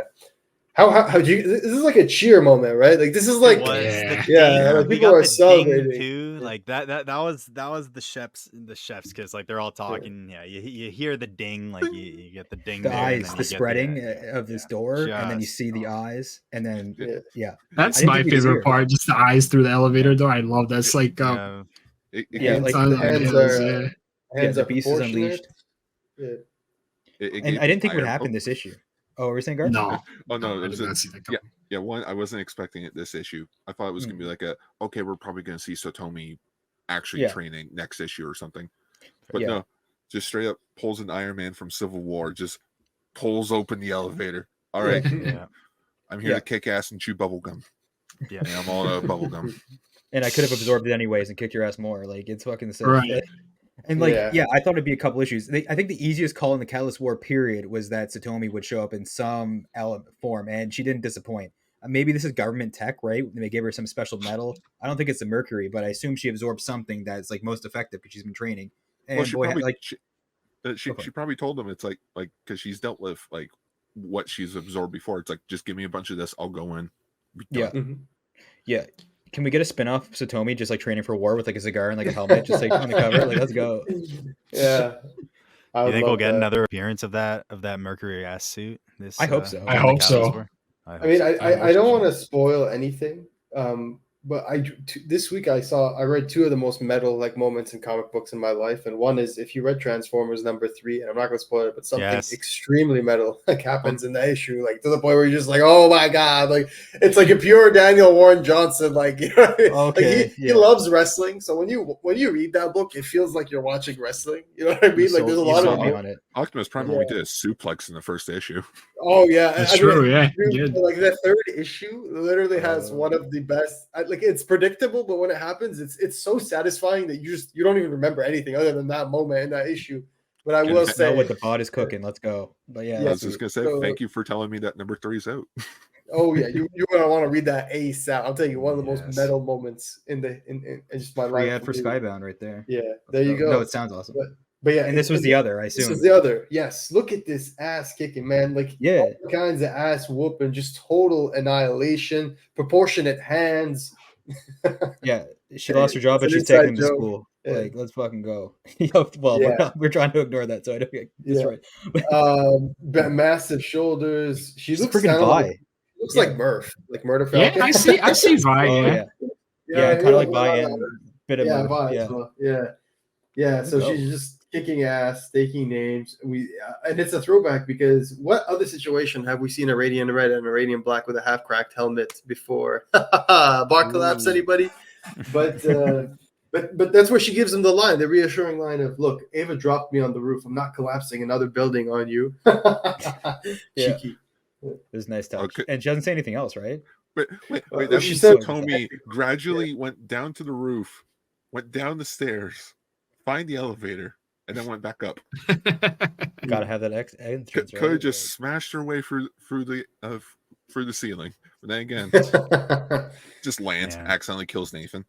No. Oh, and the crunch on the head is so badass. You just crunch, and you know she's like squashing like a skull beneath her boot. Like, god damn, Oh Satomi. man. Yeah, no, I kind of I don't know about you guys, but it kind of gives me a little Darko. It kind of looks like Darko Satomi a little bit, like the boots and stuff. 100%, Not so much yeah. the face, but yeah, I don't Yeah. know if that was intentional. But yeah, I love that. For Yeah, sure. it's They good. definitely took inspiration. I definitely see the 100%, hands and yeah. the boots, like you said. But she's not like hiding that she's a woman anymore. Just like No. fully. Yeah. Here it's Yeah, like. yeah, that's true. That's true. Yeah. The Yeah. spiky shoulders are so pimped too. I want to say her just like Yeah. gore somebody. So cool. Yeah. Honestly, like, I want to see her team up with Dead Lucky and then just absorb one of her bots temporarily. Straight up, like just Oh. become the bot. You know what I mean? Like, That was I don't know, sick. man. Yeah, And like I'm telling all you. form the head. Yes. Yeah. But yeah, she She rescues. could be Ghostbuster Satomi. That's what she could be with Ghost. Let's go. With the There you go. Hulkbuster. Let's go. No, but that's sweet. Yeah. Anyways. Yeah. So she saves the day, at least Nathan's day, and they manage to make a temporary escape. But that's when they get caught up by accretion again, and that's where they say, you know, the more I learn about this catalyst thing, the less it seems like a challenge, and more it sounds like a hostage situation. And that's where they say catalyst is liberation. We delivered countless worlds from the suffering of isolation. That's like super Viltrum. You know what I mean? Like. Yeah. It sounded like the most Viltrumite thing I've ever heard. That's where it makes me think like, okay, I think we're starting to understand what Catalyst kind of is. And that's where I'll tell you my theory in a few minutes. But yeah, here we get the conversation between them. Nathan's actually very clever. Maybe it's because he's a writer, but he asks some very important questions. And these questions give us, the readers, important answers. So he says, how many have willingly signed up? And that's where, you know, Rainy Red's like, we should leave. And he says, a challenge means a real chance of winning or losing. You're just a bunch of overbearing sheep relying on archaic rules and temper tantrums to play a game that you can never lose. That's not a game, and it sure as hell isn't a war. And then that's where one of them says, from your fighting, you're in no position to speak of war. And that's why he tells them, like, I'm a writer, and existence is truly for everyone. That should be enough. And he says, your world is not unique. Without surrendering to existence, societies like yours subjugate, you oppress. That's interesting because I think that's like reading between the lines. That gives us insights into maybe other beings who've perverted this power as well, perhaps. Yeah. And it shows like they want like basically a dictatorship or just listen to one leader, don't question anything. You want to literally be a number. Like that's what they call their elite force of like the 100 and everyone has a number. And we only hear their name when they're stepping out of line or hearing about Core, right? Otherwise, he's 001 and so calls himself 001, right? I assume. I think that's how we so yeah, is that the I don't know if he's like does he just call himself that or is he still 001? Like I assume the rankings can change. But yeah, I'm not sure. I mean, I'm interested. Yeah, he got Maybe demoted. Maybe it's an honor thing. Yeah. Like, just, like I'm going to keep calling myself 001 because the last time someone knew my real name, they got hurt. That's true. Yeah. But like with the other people still like, oh, I'm hunting 001, or I guess they call him Core, right? Like they don't call him 001 anymore. Well, it's interesting because it seems like they're one of the only people that do have free will within Catalyst, right? And that's that's what Nathan says. You guys aren't puppets. No one's pulling your strings. This guy's core beliefs. I think he keeps numbers like a point of pride. Like, yeah, I want to be the lowest rank of these guys because their ops are ridiculous and the way they do things, I don't stand for it. But like, I'm glad being the bottom to these guys because what's at the top is pretty wrong and it's subjugated a lot of planets. Wait. So is it like 001's the lowest rank, or is Yeah. it the Yes. highest rank? Yeah, it's the lowest the rank. lowest. The higher Yeah. you go is like Yeah. okay. Oh, Yeah. okay. I was totally thinking the Yeah. other way. I Yeah. thought he was I like assumed the that was my badass, read. and he Like my left. Yeah. headcanon is that he used to be number Or 100, and he's then after rank he, one. Yeah. well, Well, no, makes sense. Perfect score 100, and then as you go down in numbers, Right, the right. worse it gets. right. Yeah. Yeah. That's true. Or it could be rank. Yeah. Well, because Yeah. they say he is less than dead. He is. No, but he says, 001. yeah, and then he says Core was still our leader, so he was presumably one of the highest ranks. And then they said, Yeah. and no one believed in Catalyst more. Stop. So that's interesting. That's where he gets like, yeah, Yeah, it makes me think of the Futurama episode with the bureaucracy where Hermes has the number and they like drop his number Yeah. down when they demote him. Like that's what I think of. yeah. So Nathan channels Cape mode, but not God. Not God mode before he runs to Marshall. So Nathan channels Cape mode, then he channels God mode for the first time, I believe. And it's interesting because we've speculated on the past how emotion is tied to these like the more emotional, the higher your power spike. I think here he's really genuinely the most fearful he's ever been for Marshall. And so like the animal instinct like kicks in as he leaves, and that's probably why he's able to finally like channel God mode. Yeah. I kind of took this as to me, this almost seems like a more of a frightening, whereas Marshall taps into it through anger sometimes. I feel like too. So I'm curious. I guess you can tap into it through different emotions, or just like you have to feel one emotion so strongly, or just desperation, just pure will. Like I'm not too sure. Yeah. As far as turning Super Saiyan goes, like that's how it happened in Dragon Ball Z for the first time. Was a friend, someone was killed, right? So I think that life and death are seriously those issues. Like, no, if I don't act now, like you need God mode now, to stop whatever's threatening your best friend, because that's the biggest loss for either of those guys, other than like family. Yeah, I do like look this little panel. It's small, but holy shit, is it gorgeous! Yeah, and again, we do get the change in lettering. We like it goes from he's speaking normally, like white here to in dark mode it switches to black and blue. That's so subtle but so nice. So GG Epic Care. Maybe it's like the way that the word bubble is. It sort of looks like it's supposed to be like an internal font, but it's like he's not shouting Marshall, but his mind's like screaming it out of like Marshall. Yeah, that's it was cool. similar to it's Marshall like saying, when the mom in Home Alone realizes Kevin's gone. She's like, Kevin. We left Kevin at home. He's 23. Comes home to all these bath bombs, But just an awesome page. And then we get this moment where he rescues him from purple goo. It's funny because last issue we had like the sphincter door, and now we have purple goo. So there's like some biological component to all this catalyst shit apparently, or something that looks like proto-biological. I don't know. He says, Marshall, don't leave me. And Marshall's coughing. And then he says, what's all the H.R. Geiger shit? And he says, you son of a bitch, you're okay. Here, Nathan just looks like Jack Nathan here to save the day. Just like, look at him. Look at those. Look at the shoulders. Those traps. Look at those are traps. like wild. Those traps are wild. Yeah. Like, he's going to need a new costume soon. Holy crap. He just got out of God mode, so maybe it is like a Super Saiyan. That's true. That's true. Yeah, maybe. With the juice. Satomi gave him some juicing. Yeah. Like, he was just like, here you go, Some juicing. Yeah. So he says, just seriously grossed out. Thanks for the save. And he says, are you kidding? Come on, dude. We both know you would have done the same for me. Oh, I do. Oh, man, that line was like a knife in the heart. Just reading that last line. Right. Nathan. Okay, let's talk about some shit. So here's one of my theories. Obviously, I've said in the previous episode that I do think the timelines will converge at some point. Let's think about this logically. Why would Kyle put two different timelines? It's because they're both necessary. This is not for the fun of it. It's not to sell more issues. He's told us this was always part of the story. He always had this in mind. With that being said, I think it's all part of the story. I think Catalyst isn't actually just, and I think this is just one of my theories, but Catalyst isn't actually just judging Marshall or Nathan. Catalyst is actually judging both of them because they were both synced to the Radiant. They were both Radiant Black. And so if he really wants to challenge the wielder, why would he not challenge all wielders? Why would he challenge just one? When we've already seen that there are timelines, and we've seen Radiant Yellow's powers, but we've never seen Radiant Yellow be able to look at two timelines at the same time, right? Like he can look at a timeline, he can sit there and look through all possibilities, but he can't look through like literally two at the same damn time, like literally like Dr. Manhattan style. So I'm thinking like he's gone because they needed to take him out of the equation because he could have helped them regarding the possibilities, right? Like being like, okay, this is if he's connected to Catalyst, then maybe he would, or if He's a cheat sheet for the challenges. Exactly, he could like reveal what's being like programmed, what they're collecting, the data and all that. So I think, yeah, also with the like the actual thing called like Infinite Earths, like the second volume collecting like 27 to 30.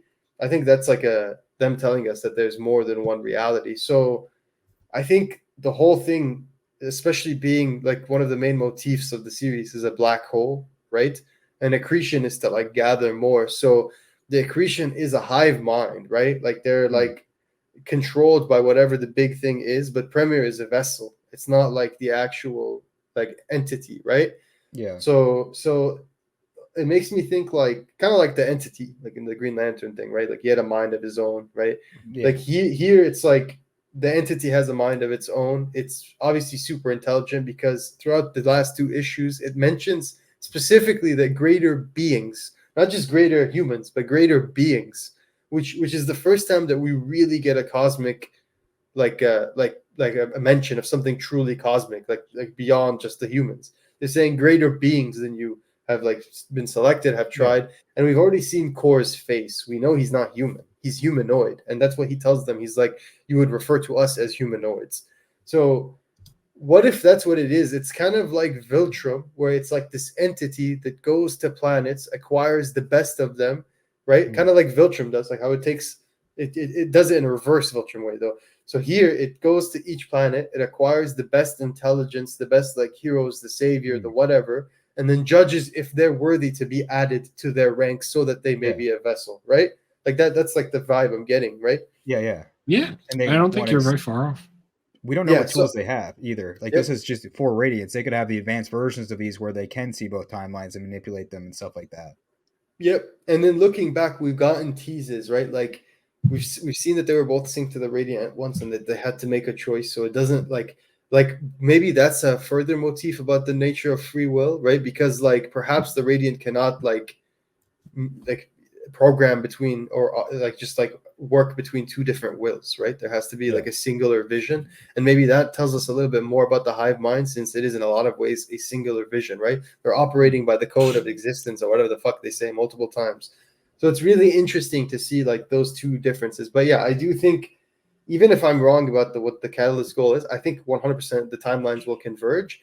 Whether it becomes like Nathan versus Marshall or not, I do like the idea of Nathan versus Marshall. I do. I think it's a fantastic way to, like, when you look at it in hindsight, especially when you look at what this series has been, it's in a lot of ways been comparing these two friends who, even at the very beginning where their friendship is rekindled, struggled with some sort of choice supposition, right? Like there is like the black hole that they encounter, which they both wanted, but one makes the impulsive reach for it. And when you really compare that to the now of the series, like there's a lot of that still reflecting within their characters, which I think is expert writing, by the way, and storytelling by Kyle Higgins. Like you still see that even though they've changed so much because these experiences have shaped them over time and they've had opportunities and they've, like literally things made them step up, they're still that same person. Marshall's still that guy who impulsively lunged for the black, or sorry, Nathan's still that guy who impulsively lunged for the black hole, and Marshall's still that guy who wanted it first or who saw it first, right? And they're both idea guys, right? Like there's like this idea from the page one, we saw the debt, right? Of like a system where you feel like you're indebted to it, you're stuck with it, and you're a part of it. But then the Radiant represents that difference, right? Like Marshall never took the leap and implemented these business ideas. He just has a job and always has these ideas. Nathan is always writing it, but he's never really wrote that story he's needed to write. But in many ways, like you could have Nathan writing and reshaping reality in a way that benefits everybody in a positive Thanos way. I like this. I like your theory. Like I really do. And like for the next newsletter, you should type it out for newsletter 2. You should just do it in like a full page. I think that'd be really interesting to get a good grasp of it. But yeah, that's a good theory. What about you guys? Yeah, no, I'm totally in for that too. I think like yeah, what one of the weirdest things about this, or not weird, is just like how scientific, how sci-fi it is, like how all these crazy things we have, but we haven't gone into any multiverse or like any alternate realities yet. It almost seems like an inevitable thing. Consider like I'm not saying like it's like he's always wanted to do this. I'm sure it's not just multiverse is a big thing right now, but I think it just really works with this series in particular. And yeah, I just want to see more of it. But I definitely think he is trying to test both, and I'm I'm I'm almost yeah, I definitely am going back to like Nathan dying was the real test. So like now after he's dead, they're gonna see kind of what he's gonna do, how he's gonna react, and if he's suitable for that kind of thing. So yeah, it's that's a great theory. Love it. And just with Nathan dying again, that was probably Marshall's last like string to humanity. And with that being gone, I feel Yeah. like he's now snapped. Yeah. It's possible. Now, So if he's dead, like, will he? I'm curious to see if he believes he's dead. Just considering, like, he's already seen him die and he's already brought him back. Like, he knows he's connected to existence forever.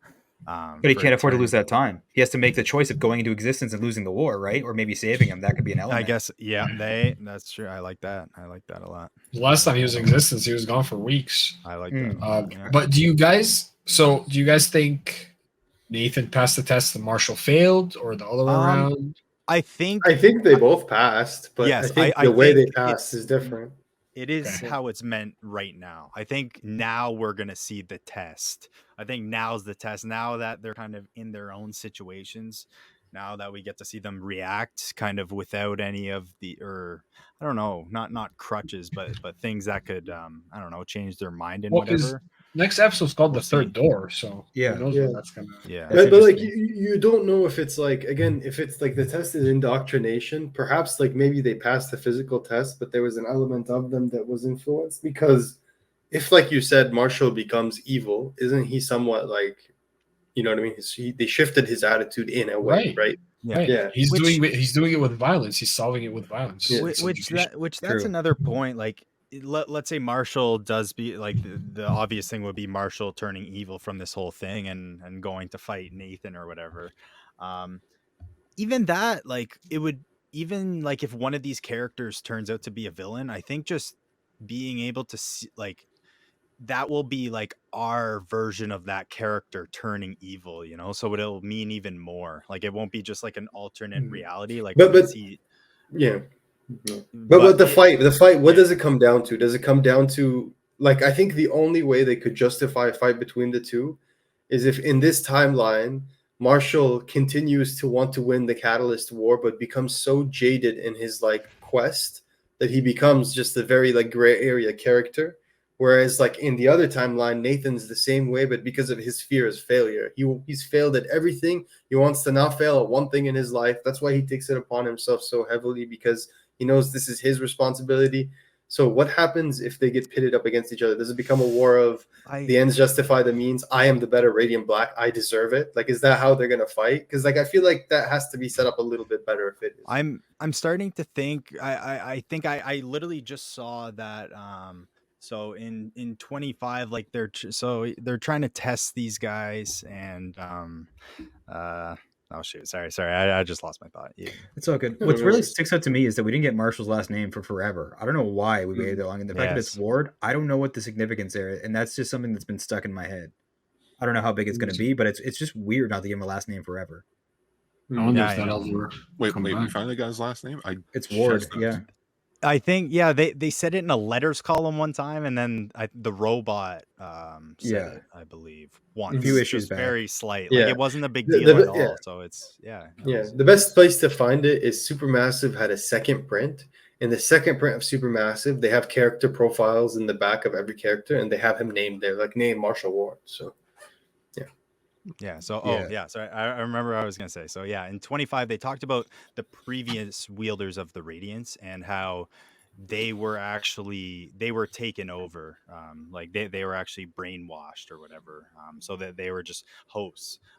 Now I wonder, like, if Nathan goes down this route where he's so close-minded and stuff, I wonder if that's gonna turn into a route where he's able to be corrupted somehow, to turn against Marshall. But yeah, that's the biggest question, is why they would fight. But yeah, I'm not sure. I would love it to be a huge curveball and not even be the case. But yeah, regardless, I can't wait to see it. I don't know if I'm just stuck on it, but the way you're explaining it, I still go back to Naruto. Like it's not a story about ninjas or saving the world. It's a story about two friends trying to repair their friendship. Yeah, Sasuke, you were Yeah. my friend. Naruto, I barely hung out with you. You were friends with the others. I love the blank background too at the top, because that's all that matters in that scene. It doesn't matter where they are. It's like, Yeah, I lost my that's a buddy. great Like, this point. is the That's a thing, and it's great point. almost like reminiscent of existence, right? Because, like, you know, all the blank space. It's a nice touch. Good choice. Do you think these Radiant Troopers are gonna play any role whatsoever? Because in one timeline we have none, and in the Marshall timeline, all of them are there. I can tell where they're going to be. Res, Yeah. an Amazon exclusive as a 4-pack. Come on. Yeah. I that's a good question, honestly. That's a really good question, because maybe, like, if we're gonna do like the road to hell is paved with good intentions, then maybe Marshall commandeers that army, right? Like maybe they follow the Marshall like law. So- I mean, they kind of alluded to that. They alluded to that a little bit, saying he has a way of bringing people together, having people believe in him, and have hope. They could definitely be like the face or the leader. What if, like, the evil Marshall, it's like he wins, they win this, and then they start spreading out. Like, the military gets involved, has this tech, they've seen what they can do. Marshall could be like ruler of Earth, like that could be, Marshall 2024. Yeah, Marshall 2024 infinitum. Like, there is no other election. Like, we don't know what could go down. I also want to know what the sacrifice means, and it's right? Like, what does that mean? Sacrifice of oneself. No, like of Nathan, because they're saying like sacrifice Nathan for accretion. Like, what does that mean in their perspective? Your personal Like, why is it connections for the greater good. Show that the things that should change your mind don't sway you, and that you're part of us for life. Is my thought.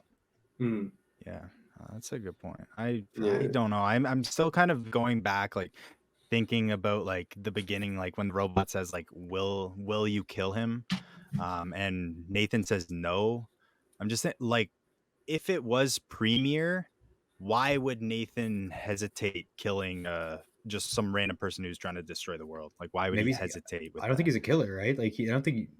But he tries not to kill people. I don't know. I think there's. But no, there's that is a good point. Killing someone and then like seeing the entire universe. Yeah, fair. To kill one person, you have no idea who it is. I can see Nathan beating him to the ground, and then Premier just being like to paraphrase the ending to a Transformer show, just, what are you waiting for? Finish me. And he sort of just punches right beside him. He's like, that's the easy way out, and starts walking away as if just sort of like, I have beaten you. Where Marshall is like, I've lost everyone, or rather, I've lost my best friend.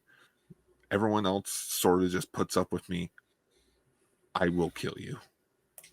Like, without hesitation, he will probably kill Premier. Yeah, Possibly. no, I definitely believe he would. Because they do set up the fight through the covers of like Premier versus the Radiant Blacks. Yeah. Also, so I wonder. Like when Marshall got that Radiant, like he got the Radiant, like Nathan died, and so Existence came to him and he said, "Will you do it? Will you kill this guy?" And he said, "Fuck yeah! Like I don't care. I'm just gonna do it." Like it just like that's been his character from the beginning. Like he's just. So wait. Do you guys think the final? Did they say how many tests there are? Is it like 3 or 5? I believe 3 kind of makes for some reason Rule I think of 3? 3, but I'm not sure. Do you think the final test will be fighting Premier himself? Oh no, that's sudden death. Yeah. That's sudden death. Like, he'll be sitting there on his imaginary throne, just like, all right, I'm bored.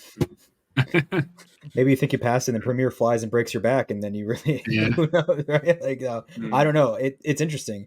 I don't know how this series goes forward after this. Like, what's the big threat after this, right? Like, I'm almost worried. I think it's going to get to a bigger scale. But yeah, Yes, I'm with Charlie. And I really want to ask this question, and I'm glad you said this. Yeah. Do you think that after Catalyst War, we're moving to space? I think that's the only logical explanation. It's either that or the Earth people, so like the Franklin group, maybe like the Moss or Jimmy Moss use that technology and whatever they learned from this invasion yeah. to further their interest. But I would hope it's more space though. I think that'd be cooler.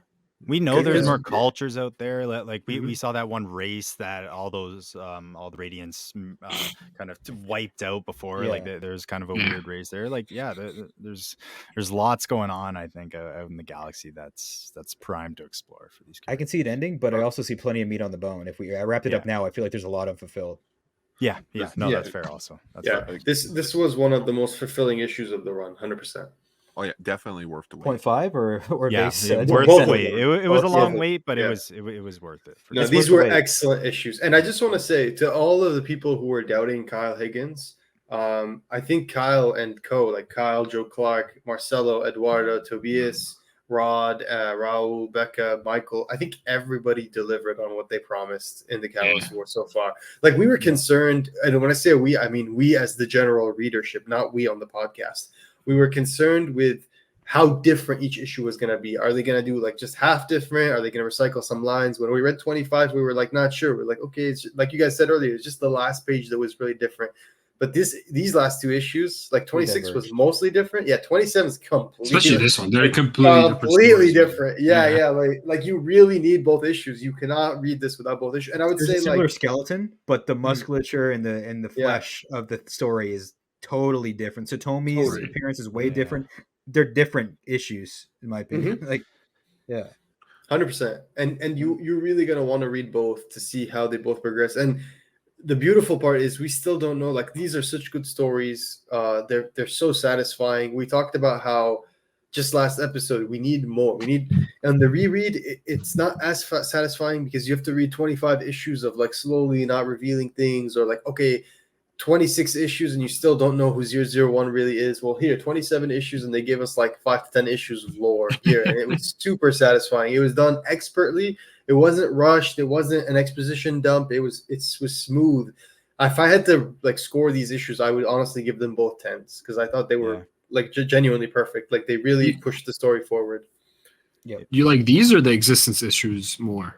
These two are the two existence issues. Yeah, we were talking about this before. I think like as a standalone, as like which issue can you pick up alone and read it and get it? Existence is better, but like in terms of like being the piece on the chessboard that really moves the play forward, that is a crucial thing. Like this is probably better in the long run because this delivers on so many things. And I think it's like that with Rogue Sun 17. Like that issue was so satisfying because it delivered so many things.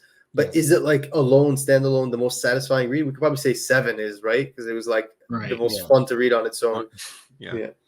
So much cool timeline stuff in both series, though, right? Like it's wild that we did issue 7, and then Kyle's like, "Well, coming up, I'm gonna do like wild timeline shit myself." Like it's really cool, and they don't feel like there's similarities in the two series, but they feel like so distinct. And like I'm so glad they're part of the same like umbrella, the same banner. Like the Massiveverse. Yeah. God damn, like the Eisners need to pay some. No, I'm just kidding. But like legitimately, like these guys, we're gonna be looking. People will look back years from now saying like, "Holy shit, what these guys were doing was insane." Like, and it was nominated, right? It was nominated for an Eisner. Yeah, the first year. There's a lot of good comics. I'm just being a smart ass, but like the series really has a pedigree. Does issue 30 has a 30.5, right? Yes, and that's the last issue of Catalyst War, and that is what they told us when we'll find out who actually won the vote. Do you guys think it's possible if we get a converging timeline by then, we could have like both timelines, just like each like kind of both issues, but just like one story through both issues? Kind of like if you can have a I can see timeline, you won't have two separate stories, like just one full story. I think that'd be kind of cool. What would that look like? Like merging two timelines. We've seen that in so many just Marvel 2 and issues. DC It would just comics. be two issues in the 27 and 27.5. It would just be two different. I just mean like people die in one issue. How, are they back in the other timeline? Like the cities are destroyed. How do you get to like the canon? I think at that point, think about like reading any crisis, like any crisis. Any Earth 1, Earth 2 crossover. Like they'll show you like right. what's happening Yeah. here and here and But juxtapose that's just a it. question that I just wanted to pose, just Yeah. because, yeah. Yeah. There's I just just think see the like giant specter hands just I merge two earths together. Fair. If And it gets then both of the boys alive, I'm okay.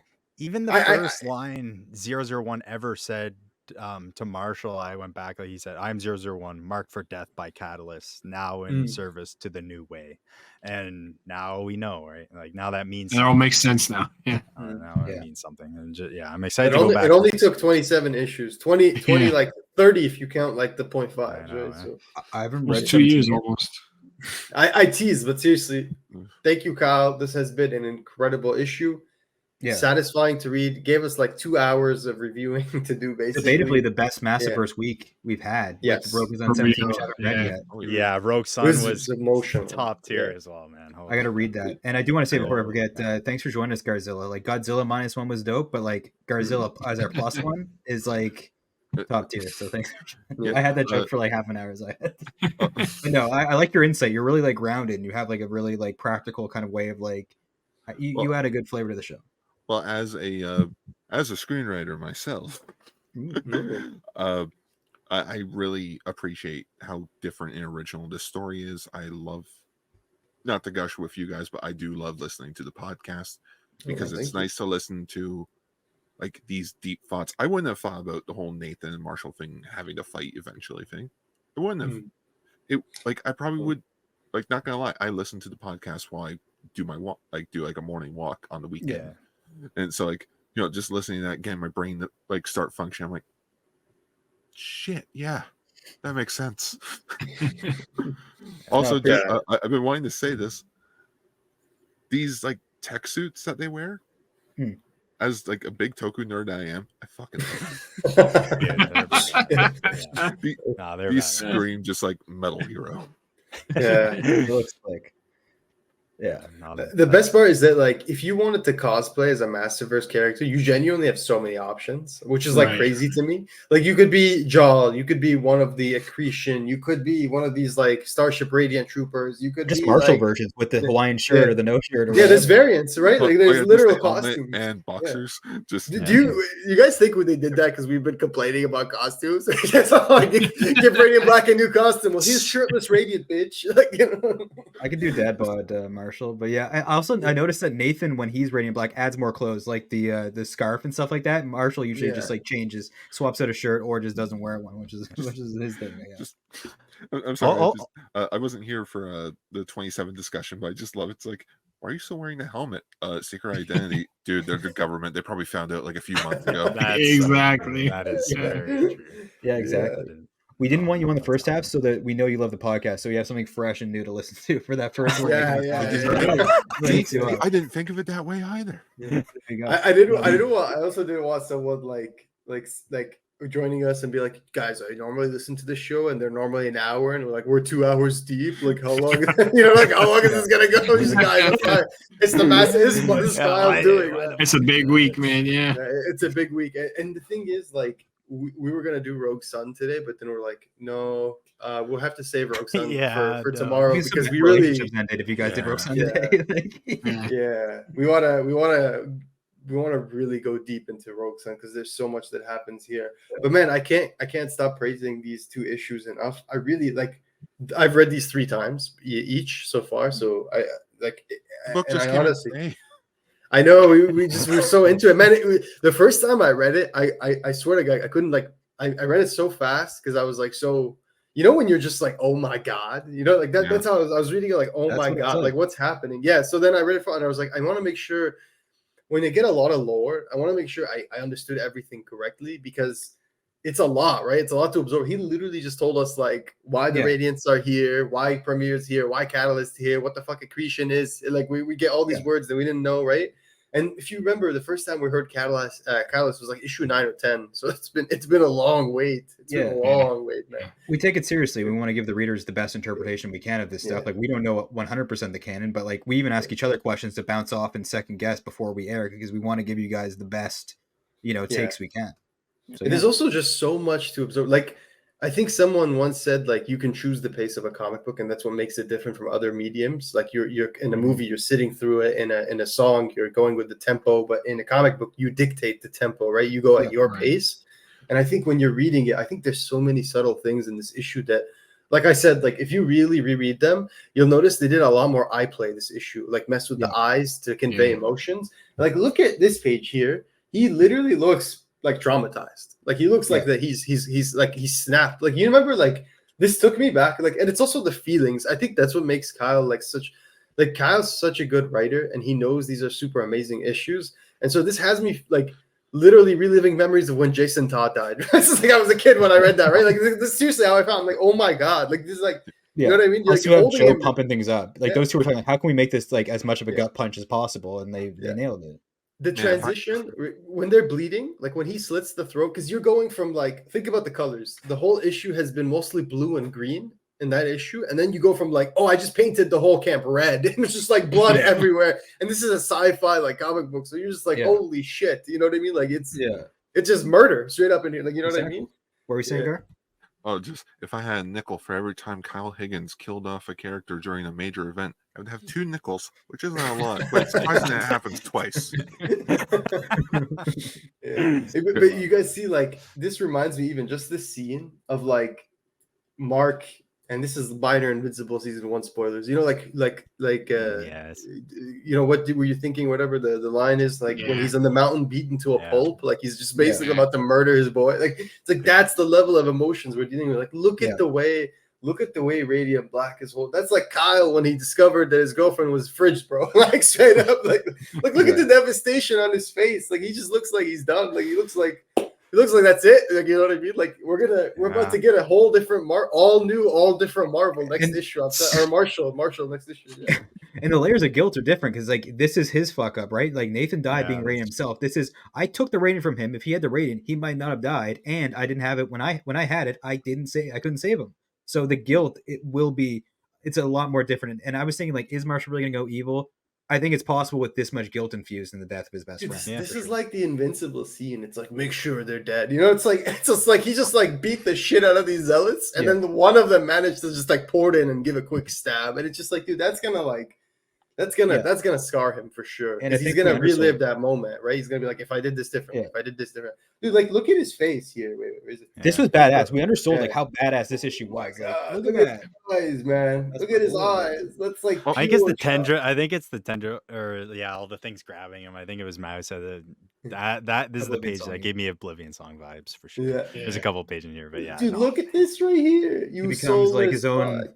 Yeah, like Marshall Knight here, and then he comes but like it is badass, like the way it covers his face. This is crazy, dude. He just look at the way he murdered this guy. Like, do you guys remember how he took off the armor of Shao off like its mouth?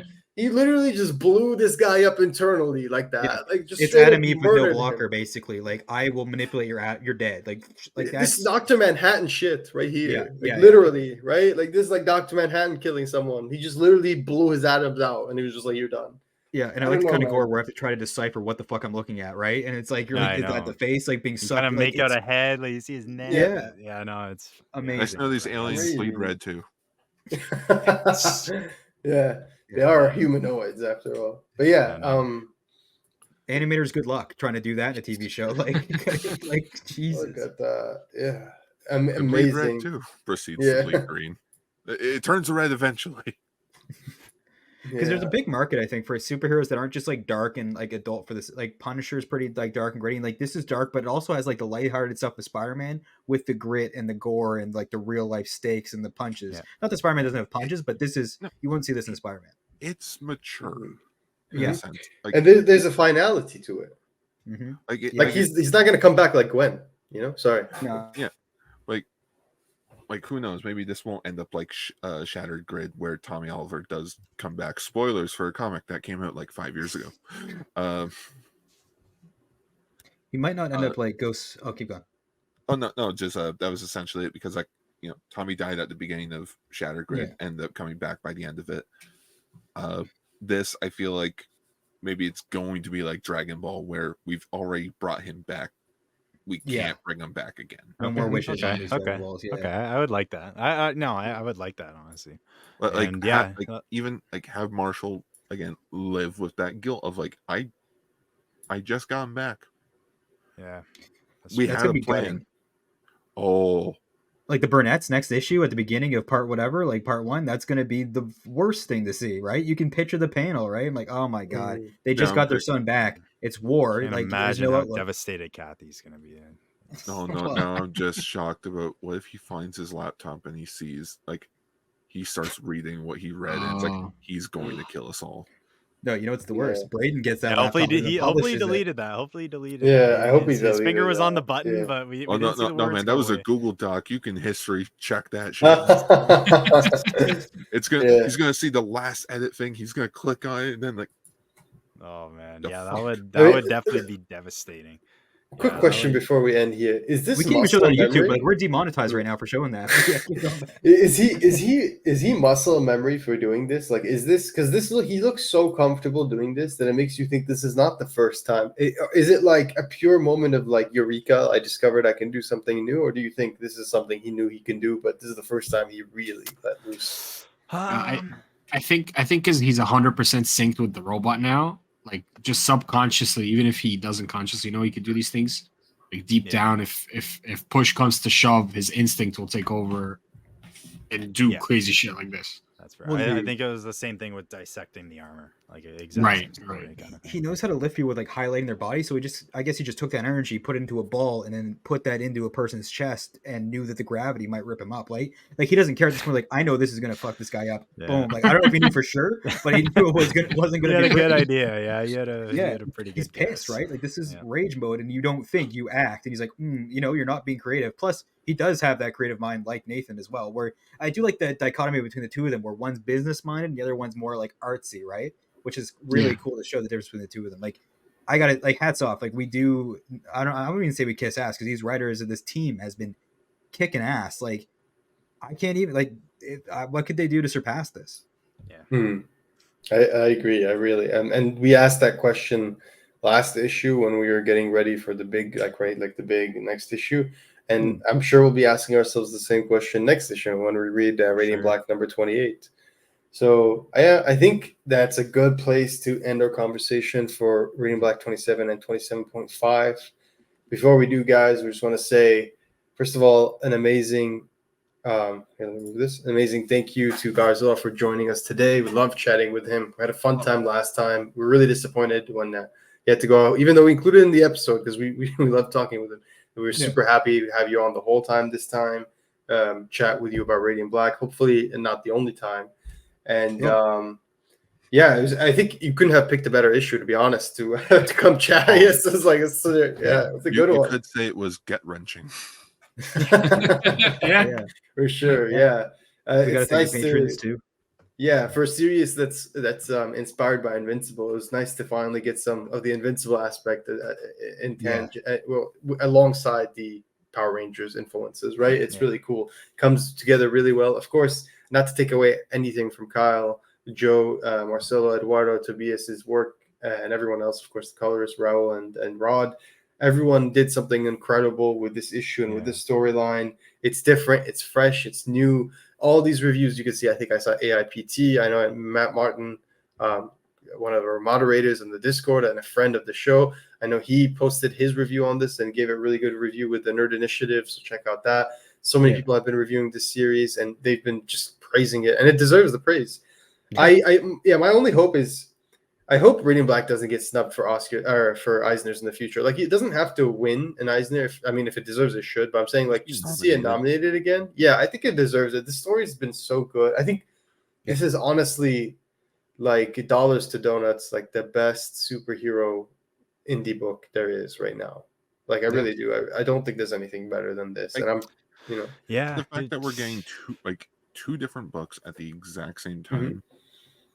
By the same writer, just two different creative artists, instantly became my favorite book because it's like just the big companies wouldn't do this. Yeah. But 100%. Image has faith in Kyle. They're letting him do it. They could have just snubbed him and be like, no, and this could have been like a trade of like a what if. Yeah. The only thing that competes for me right now is Rogue Sun, and I like it. It's like watching the console wars, watching Xbox versus Sony, where I'm like, either way I win because I'm gonna enjoy both because they just always nail it. And it's been great. It's really special. Like we're in like a fantastic time period. It's like Andy at the end of the office. Like sometimes you don't know when you're in the good times until you've left them or whatever, to butcher that. But it's like this is an amazing time for comics right now. Like Image has been killing it. They're my main company that I follow for a reason, and they haven't let me down. They're just smashing records. And now they got Transformers too, or sort of. Sort of, yeah. And Void Rivals and Jedro. Yeah, so much. Yeah.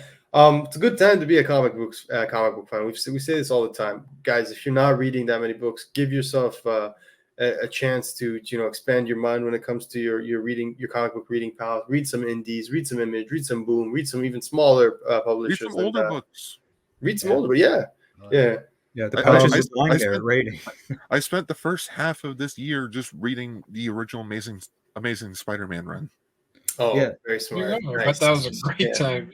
Yeah, that one's been a lot of fun. Yeah. And if you want to see more of these characters, of course, you can find information about it everywhere. There's a Reddit Massiveverse. There's our Bringing Back podcast website. We have breakdowns of the characters. There's the actual podcast itself. There's a whole world in the Massiveverse, right? I think that's what I appreciate the most about Kyle is that in this universe, he created his own universe within Image Comics, and he's giving all these opportunities to friends, to other amazing, super talented creators to come in and put their input and write their own characters. Like he said, like Dead Lucky, that's Melissa's character, and then French's character, right? Like Rogue Sun, that's Ryan's character. That's not his characters. They're just in his universe, but those are their characters. So it's so fun to see that creative collaboration. It really, truly does echo the independent spirit of Image Comics. Yeah, it really is what Image Comics is, right? Yeah. I don't know what wave of Image I would consider it, but like it's like the third or fourth wave of like Image, just like all these creators, and it's like a new light, and they know that kind of stuff. Like, I don't know, maybe the second wave was with Kirkman or something like that, but I just love it. And if you guys want to support the podcast, the cheapest and easiest way to do would be to give us reviews, honest reviews and stuff like that on iTunes. Thumbs up on YouTube if you like to comment. Let us know what you guys thought of the issue and stuff like that. There's we got our patrons in the back there. Yeah. So before we get into that, I just want to say. So the Massiveverse has all those books. Check them out. And in a lot of ways, when you think about the JSA, you have your old timers like Alan Scott, Hawkman, Spectre, like Dr. Fate, and those are like the OG like Image people, right? And then you have like the Star Girls and like the Kendra like Saunders and them. Those are like the Massiveverse people right now. They're like the new JSA wave that are just like getting trained.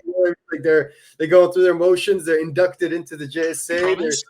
They're making their way in the world. You know what I'm saying? They're just like maturing and they're growing into these like amazing legacy heroes that will never be forgotten, right? And that's the cool thing about this whole Image thing. And it's really cool.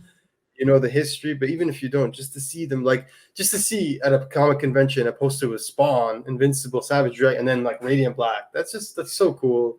It really never gets old. But yeah, and let's give a quick shout out to our patrons, of course. Like Matt said, our patrons are Noah M, Patrick, Joe J, and I can't see what's the other one? I can't see it. It says something with a J. No, Joe. Oh, there, Jordan C. Sorry, Jordan. Great Jordan C. Always liking my tweets. Yeah, Jordan's verified. Yeah, Jordan actually tweeted today. He was like excited to hear a new Radiant Black podcast episode from the boys. We apologize, Jordan. We couldn't get it out on time. It'll be out on Thursday, so the day after these issues came out. And if you want to blame anyone, blame Image Comics, because we've sent them so many emails asking for PDFs for review copies. Being like, I'll show you my receipts. Like, I'll give you my receipts. Here's my Radiant Black. Just give me the book 2 days early so we can release a review on time to our amazing listeners. And Image was like, you know what? And they never replied. So can we tweet review copies like it's like a secret blueprint or something that's not to be seen by any eyes other than ours? But whatever, it would just make things easier. But I'm happy to buy them until now. It's like the worst case scenario, Someone get Kieran on the line. Like he'll find a way to get us the books, But we'll find a way, guys, to get the books in the future. I'm just saying, Kyle, if you ever want to send us a review copy, that wouldn't be the worst thing, And if you're looking for someone to review Moon Man before it comes out, I mean, I'm just saying, But Moon Man #1, January 31st. Make sure you guys pre-order that. Radiant Black 28 and 28.5. I'm not even gonna bother telling you the release date because it may get delayed. So sometime soon. Yeah, get your pre-orders in. We've got, of course, No One coming out very soon. And we've got Infergo Red Kickstarter closed, so we got book 2 coming out next year. And then what's the other one? It's Dead Lucky. Dead Lucky, right? Yeah, Dad Lucky number. Rogue Sun's taking a break after 18. You mentioned Shift. Yeah. Did we talk about Shift? Oh, Yeah, the right. Shift Next one week, time. Shift. Oh, Got it. I'm so glad you brought that up. So we're doing a special episode thing for Shift. We're doing 2 episodes. In one, maybe, I don't know yet, but we're doing 2 different topics. We're going to do a recap of the original Image stories, the 4-parter that gets collected in Shift. We're going to recap that, and then we're going to do a review on the new story. So Here's my if big you've never Shift read theory. that, we got it for you. Shift has a major focus on these stuff, and you know how you can like teleport stuff. What if we juice him up and he can teleport between timelines, and he's like the link between the 2 timelines? That's because he's gotten more focused than like any character that's not like a Radiant.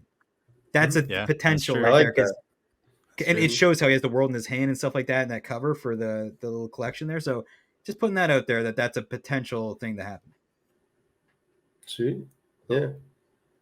He embodies the chaos aspect a little bit too, as well. He's a chaotic little dude. But yeah, ladies and gentlemen, thank you so much for joining us today. We'll see you on the next episode with 2 different timelines. Stay radiant.